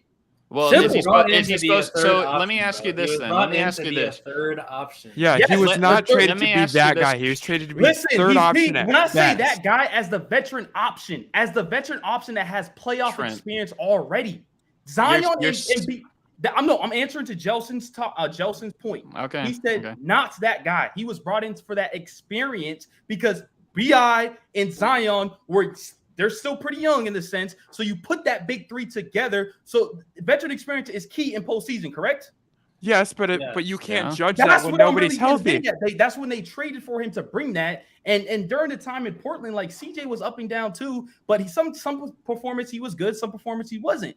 right? No, I want to add this. They've I'm not had a so big many CJ guys guy. missing games this year too. I'm not a big CJ guy, but I personally think you can't judge CJ off his veteran leadership when every time they make it to the playoffs, if they make it to the playoffs, if they make it to the playoffs, though, every time they make it to the playoffs, you say, oh, he's not doing well, he's having bad series, whatever. But he's meant to be the third option when he's stuck in there being the first option. He's not playing well. You can't judge him off that because that's not what he was traded for to be. Bro, okay, Jelson, that was kind of fast. Bro, he just hasn't lived up to I need a nothing, twister. I see what y'all are really trying to say, but this dude is just not the guy. And you know what's crazy? You know what's funny? Because when Addict said the same thing, y'all stayed quiet.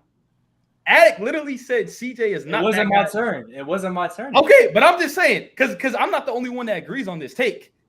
That's all I'm saying. You're not the only one defending the team. But let me tell you. I will finish. I'll let y'all go. I'll let y'all go. Let y'all talk, and then I'll say after. Look, I just want to say this, man. The Pelicans, they can be good. We've seen what they did what they were able to do last season for a stretch. But their biggest thing, like how we've all said, is can they stay healthy? Zion Williamson is literally the piece that determines whether they are going to go positive or negative, whether they're going to be successful and not successful, and whether, however we look at it, the man is not there, and your best ability is availability. And if he's not available, I don't know. I don't know what I'm supposed to do with him. But with that being said, he's 22. So me personally, and this all comes down to personal choice, I'm not trading him just yet. I'm gonna give it some time. I'm gonna, let him hopefully be able to get a good season in, a season where he can get some games in, get his feet wet, like genuinely see what a real long NBA season is like. It might be a gamble because he's probably, if it doesn't work out, his trade value is the highest right now, so it's only going to go down if it doesn't work out. But in my opinion, that's the number one overall pick. You drafted him in 2019. He's freaking 22. We're gonna give up on him already. Like that's really crazy. So that's the only reason why I wouldn't. I understand the numbers and the fact of like maybe why they should trade him. But me personally, I wouldn't. And then I do not agree with Trent to say CJ is a bad player, but I 100% agree that he, as the like a veteran, should have stepped up. I also hear Jelson's point of, bro, he was brought in to be a third option. But at the end of the day, I think that you do need to move off CJ because he is a bucket and he can go get a bucket for himself at just about any time out there on the court. Your offense could break down. He can score. He knows how to put the ball in the basket. But the problem is he's on the decline. So you're going to get your most trade value for him right now. I say try to get him off because if you're really trying to be a championship winning team, I don't think he's the guy. So how many years do you have on Zion? How long do you keep staying on Zion when for 3 years in a row so far he showed he can't stay healthy? So how many years do you stay? And I'm not disagreeing with you or agreeing with you. I hear you. I hear you. I hear you. Me personally, because of the insane talent he has, because the body that not a lot of people have that body that can move like that. Because of all that, and because he's so young, me personally, I'm giving him at least until 26 years old. He's my number one overall pick. Like I have to at least invest in him. 4 years, really? I'm giving him 4 years because bro, he got look. Joel Embiid got hoed out of 3 years. Even past that, the kind of hype he had, the play he has shown when he is on the court, I think he's shown enough to where you're like, okay, we can give him a little bit of time to get to where he needs to.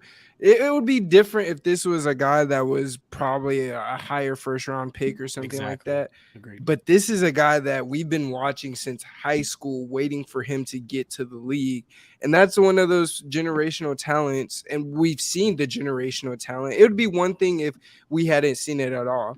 But we saw it in his debut game. I want to say he had damn near 40. So we've seen the generational ability there. We just need that to be sustained at this point. And again, some players, it takes some time in the league to get acquainted, to be able to, the next couple seasons after their first 3, 4, 5, they have a great career after that. But Gabe, I'm sorry, because I really need to say this. Zion's body type, and my dad said this before when he came into the league, and my dad don't even really watch hoops like this. He said Zion will not last in his league. And so far, his statement right now is somewhat true because he just can't stay healthy. It's his body type. No matter what, if his body looks slim, he looks in good shape, there's going to be one part of the season where he just gets like a fucking fat ass and can't stay on the. So far, it's a pattern. It's 3 years in a row. This is not like one season. Okay, let's give him a chance. No, this is 3 years in a row. Now, I'm not saying you give up on him because the talent-wise is fucking amazing. The dude's a beast, right?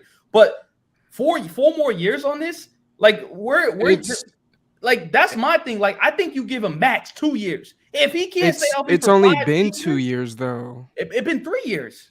He played 61 games his second year. It's only been 2 years. And this year, what did he play? 20 plus? He played 29 this year, none last year, and then the year before those last two, he played 61, where he averaged 27. What was the year after that? His rookie year, he had 24. But your rookie year, you're gonna get leeway regardless. Like, bro. Okay, I hear what you're saying. I give the time, but 4 years is too much. And I agree with the body type thing that you said. I 1,000% agree with that. But I do feel like the time he's had this now, I don't think it's been enough. But my fault. I didn't mean to cut you off. For sure. All right. Yeah.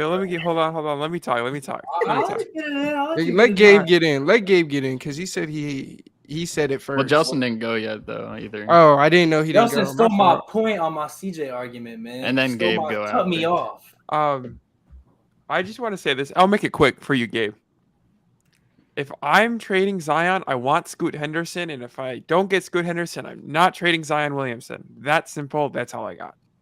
You're just making Gabe mad because he needs Scoot on the Raptors. Oh, bro, we need this team right here to trade Scoot to the Raptors. Hey, Portland's not that dumb. I'm gonna throw y'all a scenario, right?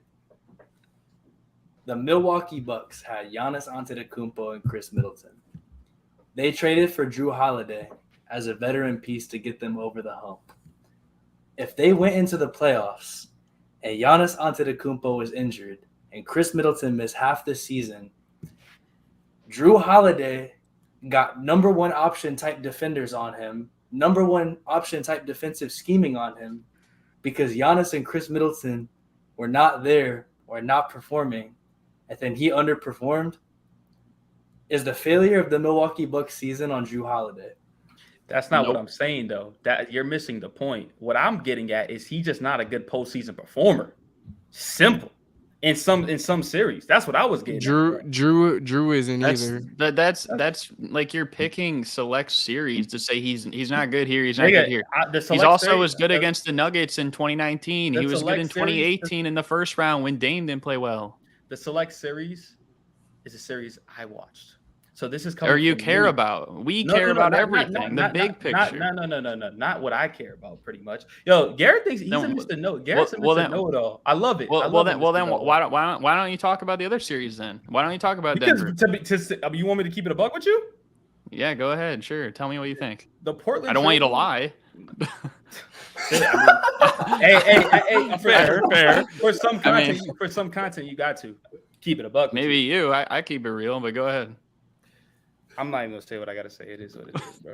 Okay, then I don't know. Y'all have it. Y'all have it. Because y'all will never understand how social media works, but it's cool. Okay. Woo, he's throwing out shots. It's just facts, though. Like, real shit, bro. I know how this social media shit works, bro. Post-stream conversation. Yeah, for sure. Because we're doing a little. But y'all see Eric Gordon get released? Yeah. He got released. About fucking time. Yeah, that was bro is about to retire, dog. He's good off this NBA shit, bro. Clippers traded a first-round pick for him, bro. Shout out to I didn't know that, honestly. Shout out to everyone who's in the stream currently and everyone that came throughout the whole stream. Big KOT. Shout out KOT gang. KOT family members. He's on top. Yes, sir. We got a new subscriber in Fry. Shout out Fry. Big Fry. Fry. He did that. Shout out Fry. Large fries. And the shit. My dog Fry Lock. Shout out thing tonight too. Sports Wiki. Shout out my dog Sports Wiki. Sports Wiki, Mr. 81. Shout out Kevin Pillar. Davey J. all these guys, Nacho. I Jaylen want to Brown. Not I want to shout out Charles before we Thompson. end Sports Wiki. I want to shout him out more. I mean, I know you already did, but we were talking in the DMs, I think today, but he was talking about the Celtics because he's a Celtics fan, and he was saying, and I'm 10 toes, I felt him on this, but he was like, do I think Porzingis will make a difference and have an impact? Yes. Do I think Celtics needed someone as good as Porzingis? No. Not saying Porzingis is or isn't a superstar, but he's at least solid and can for sure make a difference. Even before getting Porzingis, Celtics arguably had the deepest depth. Celtics really didn't need more talent. The only thing I can think of that Celtics really needed was a solid facilitator, which I don't think the Celtics have. You can have all the talent and depth, but if at least one of your top players struggles or underperforms, it's likely not going to end up good. Jason Tatum 2022 finals and Jaylen Brown in the Eastern Conference Finals this year as an example. Celtics need to change the way they play, not to rely on the three ball as often, and I would like for Jason Tatum to lower his three-point attempts to try to be aggressive and finish. And the reason I'm shouting you out is because I don't often get DMs, comments, and things like that that are insightful like that.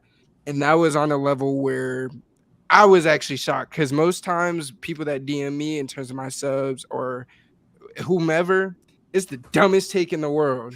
So Sports Wiki, shout out to you, my dog. I completely agree with your Celtics take, and hopefully they go out and get a PG. As I told you, Javon Carter is out there, and I think that might be a good dude to pick up for your team. So he is the Sports Wiki for a reason. I'm a heavy hitter like Javonte Davis. All right. I'm sorry.